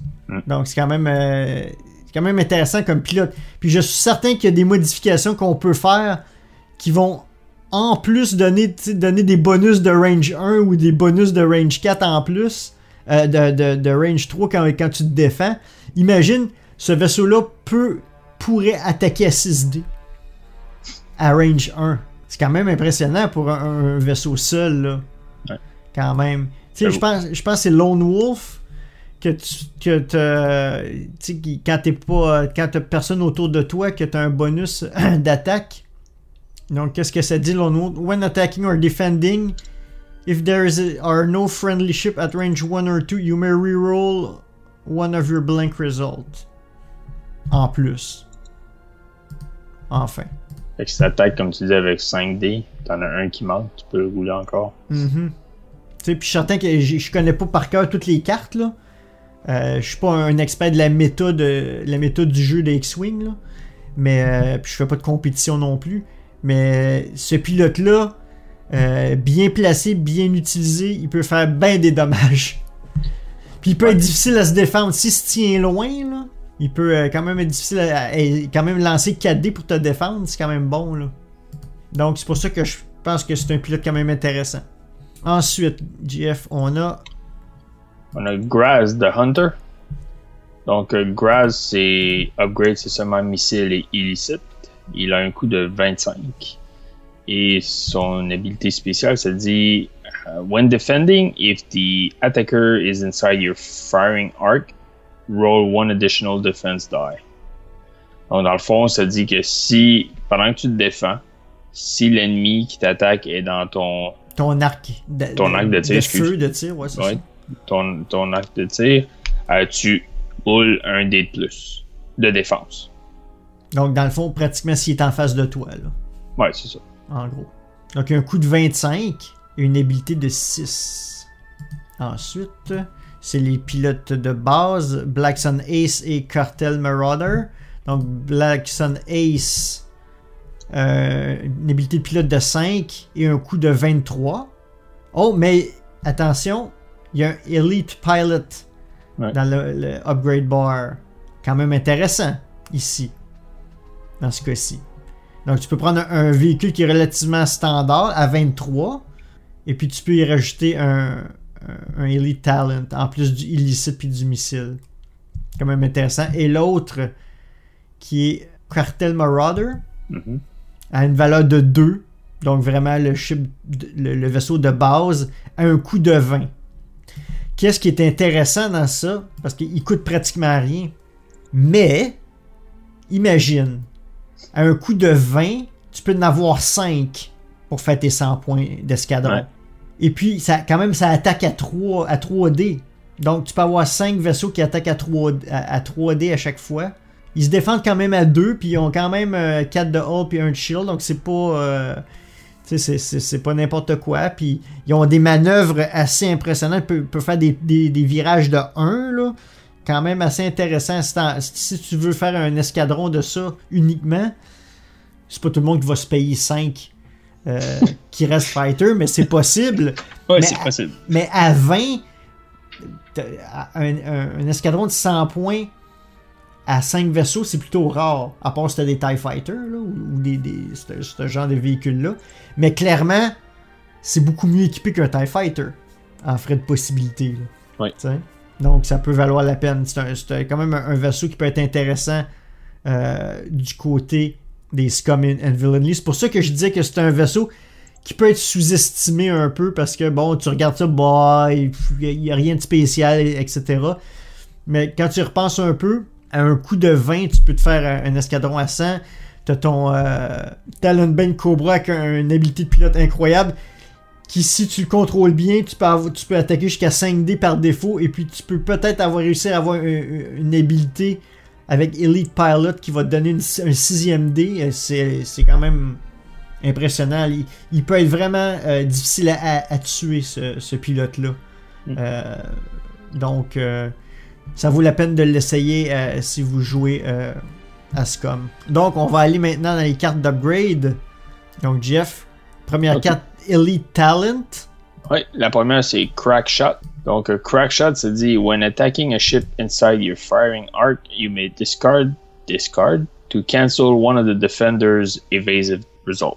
Et dans le fond, ce que ça dit, c'est lorsque tu attaques un vaisseau qui est dans ton arc de feu, tu peux utiliser cette carte, tu peux jouer la carte pour canceller un des résultats évasion de celui qui se défend. La carte, elle a un coût de 1, donc c'est très... c'est une bonne carte pour son coût. Ça, je pense que c'est surtout utilisé, étant donné que tu te débarrasses de la carte quand tu joues, c'est vraiment pour quand t'es proche de tuer ton adversaire. Tu sais, comme tu le sais, tu vas faire le coup final, le coup fatal. Tu prends cette carte-là, t'es bien placé, tu prends cette carte-là, tu y enlèves un evade, une évasion, une icône évasion. Il y a peut-être son icône évasion, il y a peut-être son jeton évasion, il y a peut-être roulé des évasions, mais avec cette carte-là, tu vas au moins en enlever un qui va peut-être te permettre de le tuer au bout du compte. Mais je pense pas que ça vaut la peine d'utiliser cette carte-là avant d'être proche de tuer un adversaire. Au début. Ouais. À moins que tu sois vraiment, par exemple, avec Talonbane Cobra, t'es à range 1, puis t'as une chance de lancer 5 dés, et puis tu utilises cette carte-là en plus, donc lui, il peut pas canceller plus que 4 dés s'il échange. Ben, ça dépend même, il lancera même peut-être pas 4 dés. S'il y a juste un défense, un dé à lancer, puis tout en as 5, si tu prends cette carte-là, il peut même pas se défendre. Ouais, c'est ça. Dans un certain sens, donc c'est à utiliser comme coup de grâce, disons, je dirais. Ensuite, tu as la carte Prédateur qu'il y a eu dans les expansion packs précédents. Ensuite, tu as Lightning Reflexes, qui est une nouvelle carte. Qu'est-ce qu'elle lit, cette carte-là? Elle a un coût de 1, et puis c'est seulement pour les petits vaisseaux dans les small ships, donc les petites bases. Qu'est-ce que ça dit? C'est un Elite Talent, donc qu'est-ce que ça dit en anglais? After you execute a white or green maneuver on your dial, you may discard this card to rotate your ship 180 degrees, then receive one stress token after the check pilot stress step. Donc, c'est pratiquement un K-turn. Ouais, c'est ça. Sauf que ça va avec peu importe le mouvement que tu fais. Donc, que tu fasses une manœuvre verte ou blanche, peu importe la manœuvre, à la fin de ta manœuvre, tu changes ton vaisseau de côté. Donc, c'est une espèce de K-turn polyvalent, disons-le. Mais il faut que tu te débarrasses de la carte. Donc, une autre fois, si tu te fais talonner, et puis il est très très proche de toi, encore une fois, tu as Talonbane Cobra, et avec cette carte-là, tu te fais talonner. Donc, tu peux pas te défendre avec ton bonus d'un dé de plus parce qu'il faut que tu sois à un range de 3. Donc, si tu fais cette manœuvre-là, tu fais juste le plus petit déplacement que tu peux, et puis tu fais ton mouvement de 180 degrés, le vaisseau ennemi, il tombe à 1 de toi, et puis tu peux lancer tes 5 dés. Ouais. Mais c'est comme une espèce de manœuvre possible, si tu as cette carte-là. C'est quand même intéressant comme carte. Mais encore une fois, c'est une utilisation unique, donc il faut vraiment l'utiliser à un moment propice. Mais ça a seulement un coût de 1. Qu'est-ce que j'aime pas de cette carte-là, c'est que c'est un talent élite. Je préférais choisir autre chose comme talent élite qu'une carte qui va être seulement d'une utilisation, tu sais. Ouais. Il y a des cartes élites qui vont donner des bonus à chaque fois que tu joues, ou qui vont donner une habilité à tous tes tours, tandis que celle-là, c'est juste pour une seule fois. Donc j'aime un peu moins la carte pour ça. J'aime beaucoup l'utilisation, mais je trouve que on pourrait utiliser notre upgrade élite d'une autre façon que ça. Ouais. Ensuite, il y a la carte illicite qui est Glitterstim. Glitterstim. Hey, ouais. Tout le monde ensemble, Glitterstim. Voilà. Qui est en fait une drogue dans Star Wars, si je me souviens bien. N'est-ce pas? Ouais, c'est ça. Ça dit, at the start of the combat phase, you may discard and receive one stress token. If you do, until the end of the round, when attacking or defending, you may change all of your focus results to either hit or evasive result. Fait que dans le fond, ce que ça dit, c'est si tu utilises cette carte dans ta phase de combat, tu reçois un token de stress, puis jusqu'à la fin du round, lorsque tu attaques ou défends, donc ça peut être les deux, tu peux changer tous tes résultats de focus soit que tu frappes l'ennemi ou ça a évadé les ses hits. Et ça a un coup de 2. Quand même intéressant, mais encore une fois, tu traînes cette carte-là dans ton upgrade illicite quand il y a plein de choses illicites qui peuvent te donner des affaires aussi intéressantes. Puis c'est une seule utilisation. Mais ça peut être intéressant dans le sens que un vaisseau qui tire beaucoup de dés, ça va être intéressant. Ouais. Par exemple, un vaisseau qui a 4 evade ou peu importe, ou qui tire beaucoup de dés, la carte va peut-être... tu vois un essaim un swarm arriver vers toi, ok? Par exemple, du côté défensif. Tu vois une swarm de TIE Fighter arriver vers toi, puis la plupart vont toutes tirer sur toi pendant cette ronde. Ok? Tu mets cette carte-là, tu déclares cette carte-là. Qu'est-ce qui va arriver? C'est que tu risques d'avoir une bonne chance de t'en sortir dans beaucoup des cas. Ouais. Mais aussi, c'est ça. Mais aussi, juste déposer cette carte, ça va peut-être faire penser à l'autre joueur. Ouais, est-ce que je vais dépenser toutes mes attaques pour l'attaquer? Ou je vais attaquer d'autres vaisseaux autour? Tant qu'à réussir à toucher quelqu'un, je vais attaquer quelqu'un d'autre. Donc, c'est une carte qui décourage aussi l'adversaire. Pas nécessairement pour l'utiliser, mais l'adversaire, en voyant que tu déclares cette carte, il va peut-être dire, ouais, je vais perdre beaucoup de mes attaques si j'essaye tout sur la même personne, tu sais. Ouais. Donc, ça peut être aussi l'opposé quand tu veux attaquer. Si tu as un vaisseau qui a énormément d'attaques, Talonbane Cobra. En plus, tu lances 5 dés, tu peux avoir des hits ou des focus, mais tous tes focus vont être des hits. Tu vas transformer tous tes focus en hits, donc c'est hallucinant qu'est-ce que tu peux réussir. Tu vas pratiquement avoir tous des hits garantis, là, n'est-ce pas? Il y a juste des résultats blancs, des vides, qui te donneront rien. Ouais. Tu vas pogner des hits, des critical hits ou des focus. Donc, c'est une méchante belle carte à mettre pour, encore une fois, tu veux faire le coup de grâce à un vaisseau, puis tu as des conditions parfaites, tu utilises cette carte et tu la dépenses, l'utiliser discard, tu fais ton utilisation unique, et puis c'est quand même intéressant comme carte, dans ce sens-là.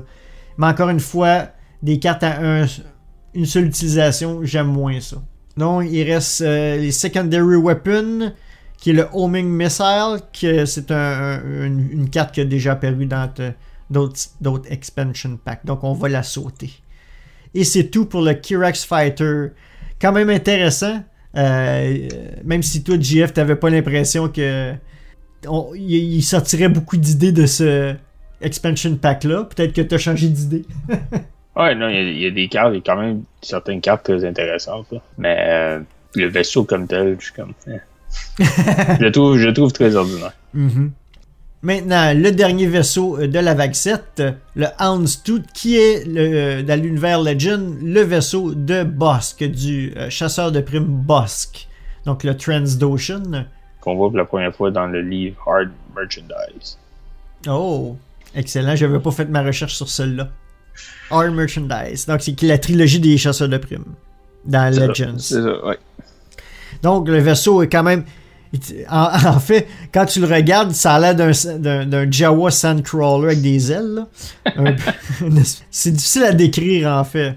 C'est une espèce de boîte avec des ailes vers l'arrière. C'est étrange comme vaisseau, en fait. Non, mais écoute, ta description du Sandcrawler avec des ailes, je pense que t'es pas mal dessus, là. Avec les ailes en arrière. Ouais, c'est ça. Quand même un vaisseau... Les réacteurs, on dirait qu'ils sont sur le dessus. Mm-hmm. Mais ça doit être des thrusters ou comme des cheminées ou peu importe, là, je sais pas trop comment ça marche. Là. Mais bon, le modèle est excellent, c'est quand même assez gros en frais de surface, et c'est un de mes critiques principales.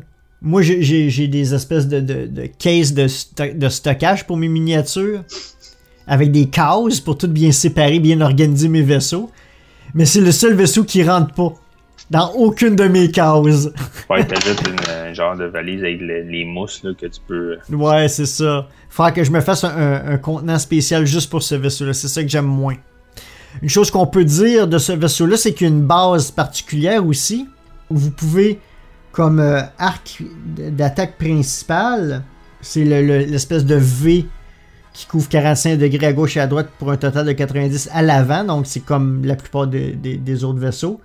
Mais vous avez le Auxiliary Firing Arc, donc l'arc de tir secondaire qui couvre autant en avant que toute la partie en arrière du pointillé sur la base. Donc vous couvrez pratiquement à 360 degrés. Il y a juste deux angles morts sur le côté, qui est entre 45 et 90 degrés à droite et entre 45 et 90 degrés à gauche. En arrière, c'est compris dans votre tir auxiliaire. Donc c'est quand même intéressant si vous avez des armes qui permettent de tirer en arrière. C'est pas une tourelle comme le Faucon ou Dash Rendar, mais quand même intéressant pour un gros vaisseau comme ça. Donc par défaut, la carte, qu'est-ce qu'elle contient, Jean-François? Elle contient 3 attaques, 1 habilité, 6 hull, 6 shield. Elle a comme habilité spéciale Focus, Targeting Lock. Et les upgrades pour la carte sont un canon, un missile, 3. C'est bien ça? 3, oui. 3 crew.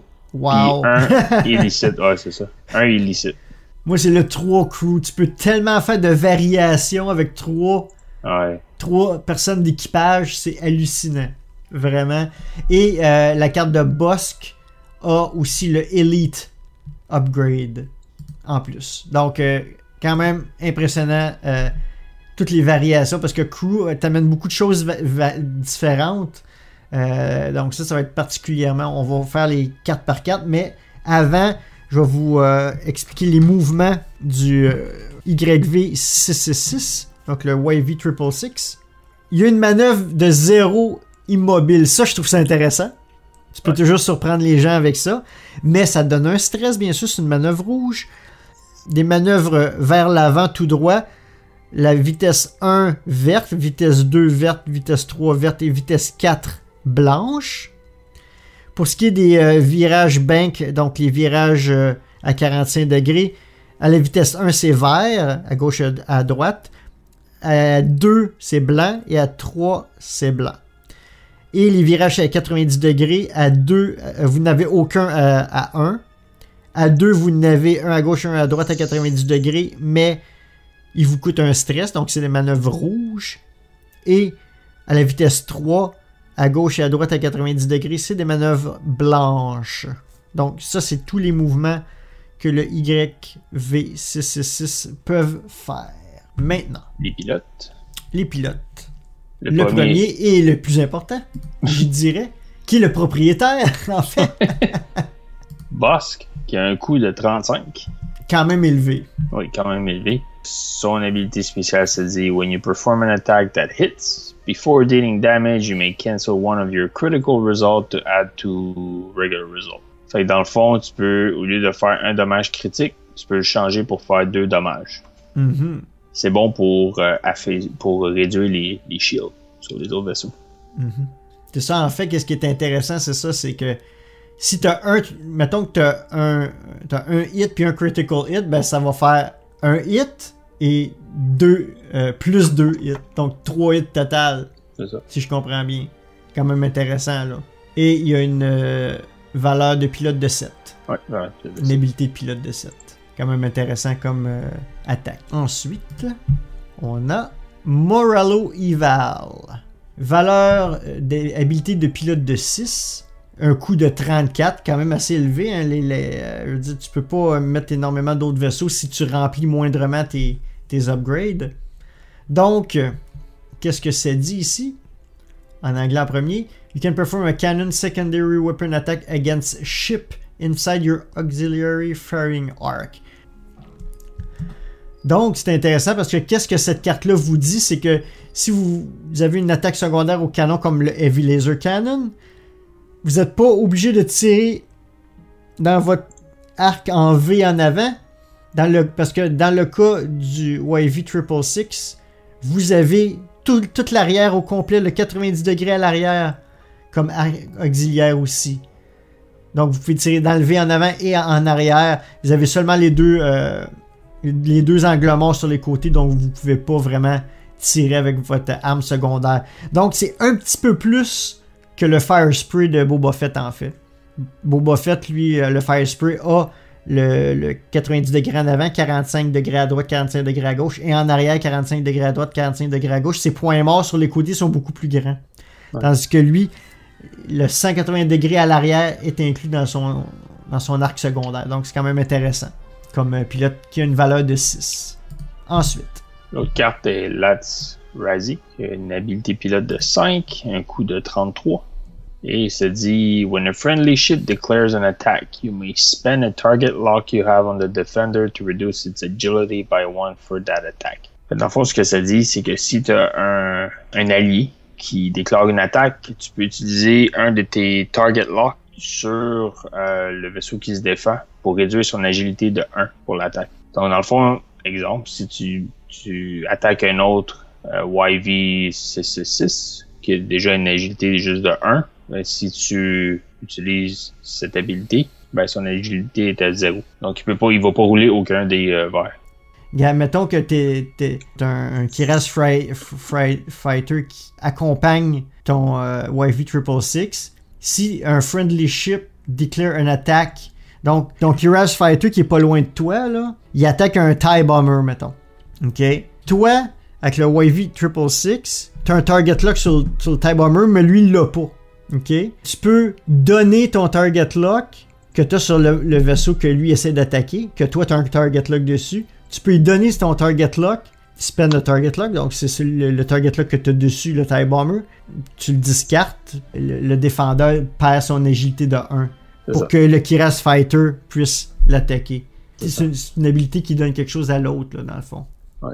Je veux dire, c'est si, mettons, ton ennemi, je voulais donner un exemple, ton ennemi c'était un autre YV666 que, mettons, l'adversaire joue.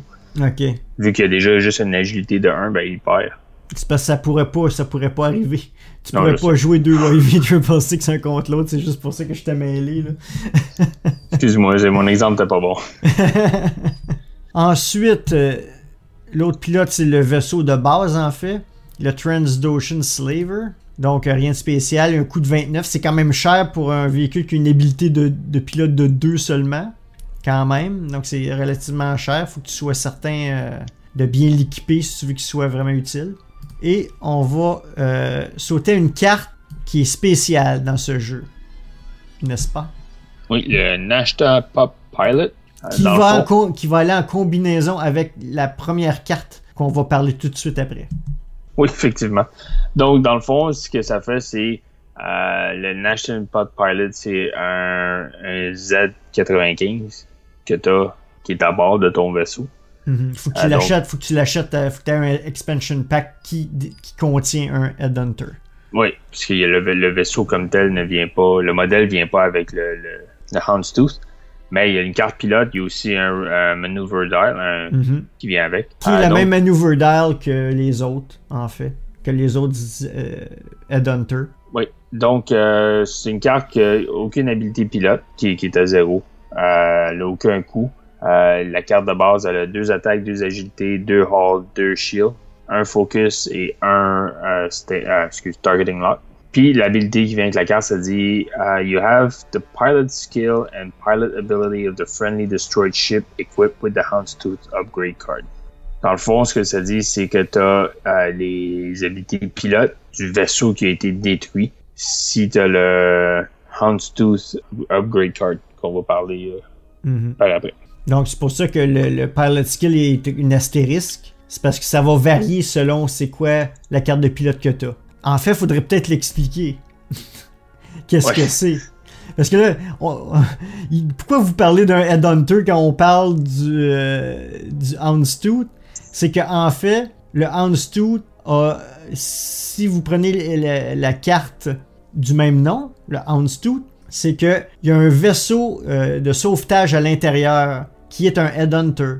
Donc, qu'est-ce qui est super intéressant dans ce jeu-là? Quand vous vous faites détruire à la fin du jeu, ben vous n'avez pas fini de jouer. Parce que vous vous évadez, c'est comme une capsule de sauvetage, vous vous évadez dans un Headhunter, puis vous continuez le combat. Donc ça, c'est assez intéressant, c'est unique, je trouve, quand même, dans le jeu d'X-Wing, là. Et vous prenez la valeur du pilote qui était dans le Houndstooth, dans le fond. Donc, dans le fond, c'est le pilote qui se déplace puis qui embarque dans le Z95, puis c'est sûr qu'il a la même habilité de pilote. C'est la même personne. Donc, c'est pour ça qu'il conserve la même habilité. Donc, la carte Upgrade Houndstooth est assez chère quand même, 6, mais ça vaut la peine, ça vous permet de continuer de jouer. Donc, ça va évidemment seulement avec le vaisseau YV666 uniquement. Donc, c'est clairement, ils gardent ça un peu dans l'univers parce que c'est juste ce vaisseau-là qui a ça. En anglais, ils disent « After you are destroyed, before you are removed from the play area, you may deploy the Nashtapa pilot. It cannot attack this round. » Donc, en gros, la carte, qu'est-ce qu'elle dit? C'est que quand vous vous faites détruire, avant de retirer le vaisseau de l'espace de jeu, vous déployez le Nashtapa pilot. Et puis, évidemment, le Nashtapa pilot ne peut pas attaquer lors de cette ronde. Donc, quand vous déployez le Nashtapa pilot, en gros, vous devez en premier déclarer si le vaisseau va sortir de l'avant ou de l'arrière du vaisseau selon les guides en avant ou en arrière. Vous choisissez n'importe quelle manœuvre sur le cadran de manœuvre du Headhunter, du Z95, et vous déplacez le Headhunter le long du template de manœuvre que vous avez choisi. Et bien sûr, le vaisseau ne peut pas attaquer lors de cette ronde. Évidemment, si vous choisissez une manœuvre et vous tombez sur un astéroïde ou des débris, etc., vous appliquez les mêmes règles que d'habitude, mais il ne pourra pas attaquer lors de ce mouvement. Donc, ce qui est intéressant, quand vous pensez avoir fini de jouer, ben en fait, si vous avez cette carte-là, vous pouvez jouer encore un petit peu. Quand même intéressant. Et puis, c'est certain que le Headhunter, c'est pas le véhicule le plus durable, parce qu'il y a une attaque de 2, agilité de 2, mais quand même, il y a 2 shields et 2 all. Donc, vous allez peut-être être capable de durer quelques tours encore. Donc, c'est assez intéressant. Au moins être capable d'enlever des shields aux adversaires. Exactement. Ensuite, le Upgrade Elite Talent. Ok, il y a plusieurs... en fait, toutes les Elite Talent, on en a déjà parlé. Tu as Stay on Target, ça fait très longtemps que c'est dans le jeu. Lone Wolf et Crackshot, donc on n'en parlera pas. Dans les crew members, tu as le K4 Security Droid qui est venu dans la vague précédente, ainsi que le Outlaw Tech qui est venu quand la faction Scum & Villainy est apparue dans la vague 6. Mais tu as le Bossk, mais cette fois-ci pas le pilote, mais en crew. Donc qu'est-ce que ça dit? Le Bossk, ok, c'est pour Scum only. Ça dit after you perform an attack that does not hit, if you are not stressed, you must receive 1 stress token. Then you assign 1 focus token to your ship and acquire a target lock on the defender. Donc, si je comprends bien, ça dit que si ton attaque manque et que tu n'as aucun token de stress, tu dois te mettre un token de stress. Ensuite, tu assignes un token de focus à ton vaisseau et tu réussis à avoir un target lock sur un de tes adversaires. Et la carte coûte 2. Donc, c'est quand même intéressant dans le sens que si tu manques, ça te donne un bonus pour la ronde suivante. C'est ça. Parce que c'est ça, tu n'as pas réussi à te toucher. Oui, tu gagnes un stress, mais tu as un target lock, puis tu as un focus que si tu te fais attaquer immédiatement après, parce que tu n'as pas réussi à y toucher à la personne, là. Mais ça va te donner un stress, mais tu vas avoir un focus. Donc, si la personne, c'est à son tour, est attaquée, au moins tu as un focus qui va pouvoir te transformer un résultat en évasion, là.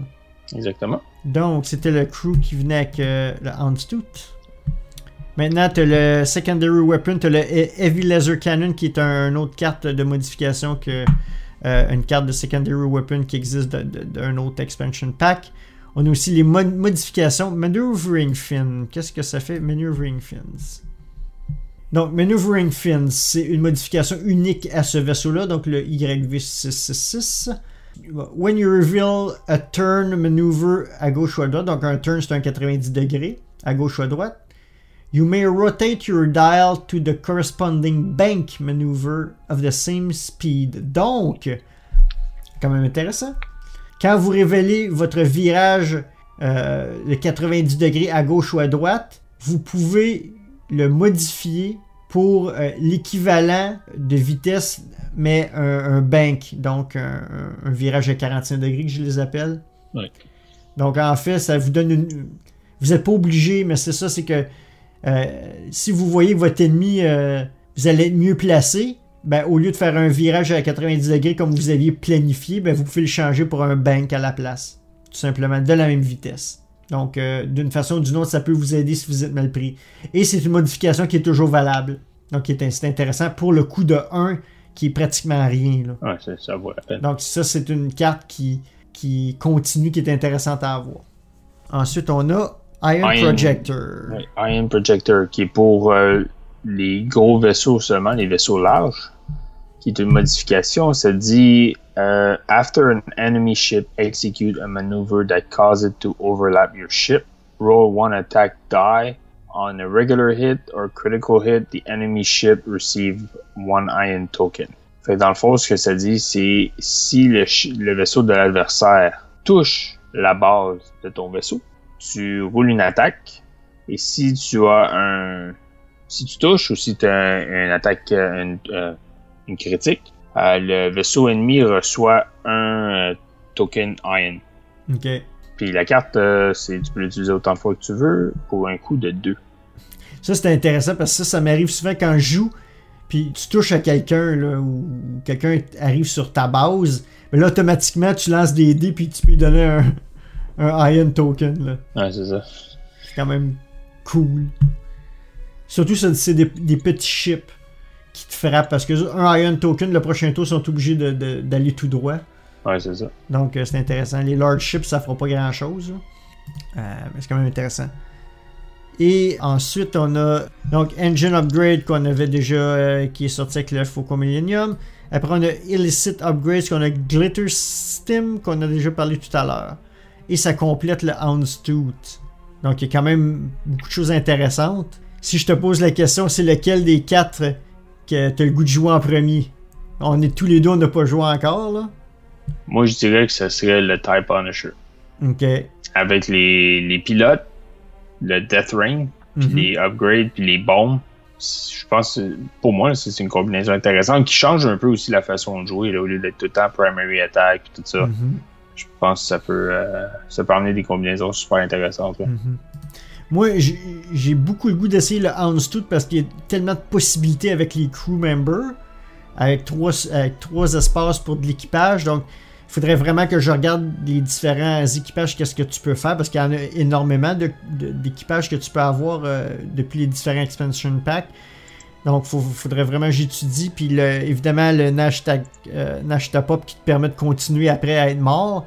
Donc, c'est intéressant. Mais il coûte très cher, le vaisseau.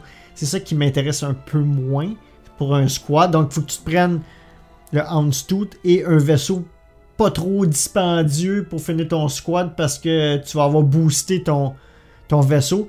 Puis, j'aime pas ça avoir des vaisseaux trop boostés dans le sens que il va être la cible de tout le monde. Ouais, c'est ça. Puis aussitôt qu'il est détruit, t'as plus rien. Donc t'as comme un seul vaisseau à contrôler. Donc j'hésite un peu, mais j'aimerais beaucoup voir qu'est-ce qu'on peut faire avec le slam du K-Wing. J'ai l'impression que le vaisseau va se promener d'un bord à l'autre de l'espace de jeu sans se faire toucher puis en lâchant des bombes tout le temps. Ça peut être intéressant s'il est bien contrôlé parce que tu te déplaces, tu fais 2 distances de déplacement pratiquement à chaque fois. Et puis tu peux lâcher des bombes en cours de route, vu que tu peux pas attaquer avec ton arme principale. Tu peux faire différentes autres actions qui peuvent être intéressantes. J'ai le Twin Laser Turret. Ah ben oui, bien sûr, en plus. Donc, si par hasard, tu largues pas des bombes, au moins t'as deux, tu peux tirer 2 fois. Ah, c'est ça. Si t'as bien équipé ton K-Wing. Donc, c'est quand même intéressant. Donc, as-tu des commentaires généraux un peu sur la wave autre que justement les vaisseaux qu'on vient de mentionner qui nous intéresseraient d'essayer là? Ouais, je pense qu'en général, la wave est solide, puis elle amène beaucoup de nouvelles stratégies. Je pense qu'on arrivait à un point où tous les vaisseaux, les dernières vagues, les vaisseaux avaient tous le même genre d'habilité puis tout ça. Je pense que cette vague-là change un peu non seulement les habiletés, mais la façon que les gens vont jouer équipe, leur team. Là. Mm-hmm. Comme on a parlé, les K-Wing, le TIE Punisher, les upgrades qui viennent avec, tout ça, je pense que ça va changer un peu la méta qu'ils appellent là, du jeu. Ouais, la physique du jeu. Ouais, j'essaie de traduire la méta, je dirais la physique du jeu ou l'enveloppe du jeu, comment le jouer à son maximum. Là, c'est ça. Qu'est-ce que ceux qui font de la compétition font, là? Ouais, c'est ça. Je dirais. Ben, j'étais un peu comme toi, je dis que je pense que ça va changer un peu la métaphysique du jeu, là. Parce que si on se souvient, quand X-Wing est sorti, ça a commencé par des swarms. Fait que le monde qui gagnait, c'est ceux qui jouaient avec des essaims de vaisseaux, peu importe. Puis après ça, tu as eu le Faucon qui est arrivé avec le vaisseau avec ses 3 PO puis tout, là, qui était pas tuable. Là. Puis après ça, tu as le TIE Phantom qui est arrivé avec Echo. Ouais. Tu sais, qui commençait, là, tout le monde utilisait Echo, là, fait que, ouais. avec son cloak, son decloak. Puis maintenant, qu'est-ce qu'on voit présentement, avant la vague 7, ben c'était surtout des Elite Ships, des combinaisons de Elite Ships, donc le type Corran Horn avec les E-Wing puis Dash Rendar, ou bien du côté des rebelles, ou bien le décimateur avec Soontir-Fel, ou du côté des Scum, t'avais le combo avec 2 IG-88, t'sais. Fait que c'est pas mal ça que le monde jouait. Puis là, qu'est-ce qui est le fun, c'est que avant, les bombes étaient pas utilisées, ou presque rarement, à part les joueurs un peu comme toi puis moi qui font pas de compétition, puis qu'on décide, pour aujourd'hui, je vais essayer ça, t'sais. Ouais, c'est ça. Mais ça, en compétition, ils utilisaient jamais ça. Puis je pense que c'est ça, depuis la venue de la faction Scum and Villainy. Puis le pilote, je pense que c'est de Firespray, qui s'appelle Iman Azamin, qui peut larguer ses bombes de côté, là, en arrière. Ouais, c'est ça. Depuis ce pilote-là, les gens ont peut-être plus tendance à utiliser les bombes. Puis la vague 7, ça l'a ouvert les bombes au complet, les armes secondaires. Puis je pense que ça va vraiment, du moins pour les joueurs casual, comme toi et moi, peut-être que ceux qui font de la compétition voudront même pas toucher à ça, puis vont continuer à jouer sans bombes, jusqu'à temps qu'il y ait un champion qui a utilisé des bombes. Et là, tout le monde va le faire. Mais d'ici ce temps-là, je pense que les gens vont rester encore avec l'attaque principale, les lasers, les Twin Turrets, comme tu dis que ça a beaucoup de succès déjà en compétition. Je pense que les créateurs veulent vraiment amener l'usage des bombes en avant-plan dans la méthode du jeu, surtout peut-être pas compétitif comme je viens de dire, mais peut-être que les créateurs veulent que les compétiteurs utilisent les bombes. Ouais, c'est ça. Ils donnent tous les outils pour qu'on puisse le faire. C'est ça, je pense qu'ils veulent l'intégrer, comme tu dis, plus dans les tournois puis tout ça. Je pense qu'on est tannés de voir tout le temps les mêmes combinaisons. Les mêmes escouades, les mêmes combinaisons à tous les tournois. Mm-hmm. C'est ça, puis on voit clairement avec le K-Wing, le TIE Punisher, la quantité d'espace d'upgrade, puis la carte Extra Munition, tu peux avoir tellement de cargaisons d'armes sur toi, puis t'as le Slam qu'ils ont créé, le Corner Net, le Cluster Bomb, un pilote comme Deathwing qui peut larguer ses bombes en avant. Vraiment, ils ont donné des outils pour les joueurs, autant pour nous pour se faire du plaisir à jouer entre amis que des personnes qui veulent faire de la compétition, tu sais. Ouais, c'est ça. Donc j'ai bien hâte de voir qu'est-ce qui va arriver, puis aussi on n'est pas rendu là, mais avec l'avenue de modifications, avec les nouvelles règles, les modifications de certaines règles, avec le nouveau core set, que tu as toutes les cartes de dommages qui ont été modifiées, etc. Puis il y a certains changements, des mises à jour des règles. Donc ça va peut-être jouer aussi côté compétition. Mais bon, évidemment, je pense que Fantasy Flight Games, c'est encore le jeu X-Wing qui est le plus vendeur. Je crois encore, je me trompe peut-être. Ouais, non, c'est ceux qui ont dit au Gen Con que c'est le jeu qui se vend le plus encore. Donc je pense que parce que ça se joue rapidement, puis c'est pas trop compliqué. Ça peut le devenir, là, mais t'es pas obligé de jouer compliqué, tu sais. Donc vraiment, la vague 7, je vais dire un peu la même chose que toi, c'est très solide. Ça amène des nouvelles choses. C'est ça qui est intéressant, une nouvelle vague.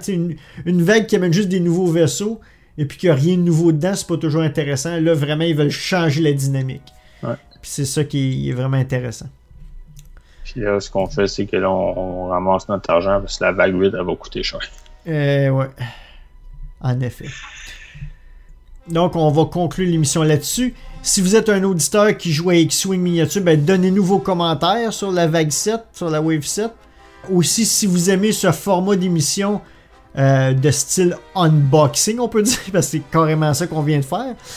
Dans le fond, une émission qui est dédiée à un seul sujet particulier, ben faites-nous le savoir en laissant un commentaire par email à studio@starwars.direct ou sur l'article de l'épisode sur notre site web starwars.direct ou encore sur notre page Facebook ou sur notre compte Twitter ou sur notre chaîne YouTube.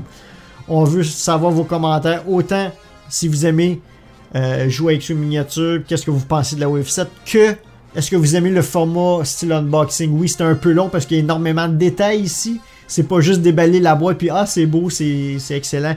On est allé dans le détail de la stratégie un peu puis de qu'est-ce que chaque carte pouvait donner comme option. Donc c'est certain que c'est plus long, c'est plus complet. C'est peut-être plus ennuyant pour ceux qui connaissent pas le jeu, mais je suggère à ces gens-là, ben allez lire un peu sur le jeu. Puis c'est un jeu très intéressant à jouer entre amis. Puis les parties sont pas trop longues. Prenez une bière avec votre ami puis faites des duels de combat sur table, c'est assez intéressant. Ouais, puis t'as pas besoin de dépenser 200$ pour avoir un bon... T'es pas obligé d'être... c'est pas juste les collectionneurs là, qui veulent tout avoir les vaisseaux comme nous autres là, qui dépensent 200$ par vague, là, mais si tu veux juste jouer une faction, tu veux jouer soit Rebelle ou Empire ou Scum, ben tu peux juste te concentrer sur ces vaisseaux-là. Fait que ça va pas te coûter trop cher pour pouvoir t'offrir une bonne équipe. Ça. Achète les vaisseaux qui te plaisent. C'est exactement. En fait. Tu sais, un TIE Punisher, t'as jamais vu ça dans le film, ça t'intéresse pas, achète-les pas. Tout simplement. Ouais, puis les upgrades, ceux qui veulent juste avoir les cartes upgrade, ben, qui veulent pas acheter le vaisseau, ben, il y a toujours eBay. Exactement. Il y a des gens qui veulent juste avoir le modèle puis ils se débarrassent des cartes. Fait que... Ouais, je savais pas. Ouais. Intéressant. Donc, ben merci Jean-François de ta participation. Comment les gens peuvent te rejoindre sur Internet? Sur Twitter, à JeffDarkJedi. Pour ma part aussi sur Twitter, à l'usager Danny Pépin, DANYPEPIN. Donc Star Wars en direct est toujours à la recherche d'éditeurs audio et vidéo pour aider les coulisses de Star Wars en direct.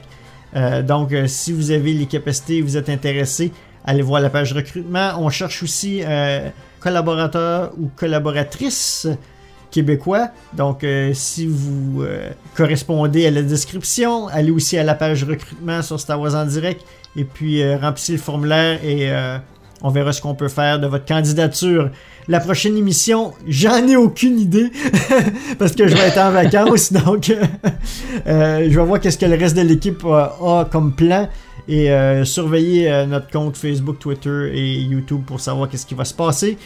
Je voudrais remercier nos partenaires, bien sûr, Mint Inbox, Star Wars Holonet, Siteclan.net, Planet Star Wars, Star Wars Universe et Le Réveil des fans. De la part de Jean-François et moi-même, merci d'avoir été à l'écoute de Star Wars en direct, la voix du fandom Star Wars, et que la force soit avec vous.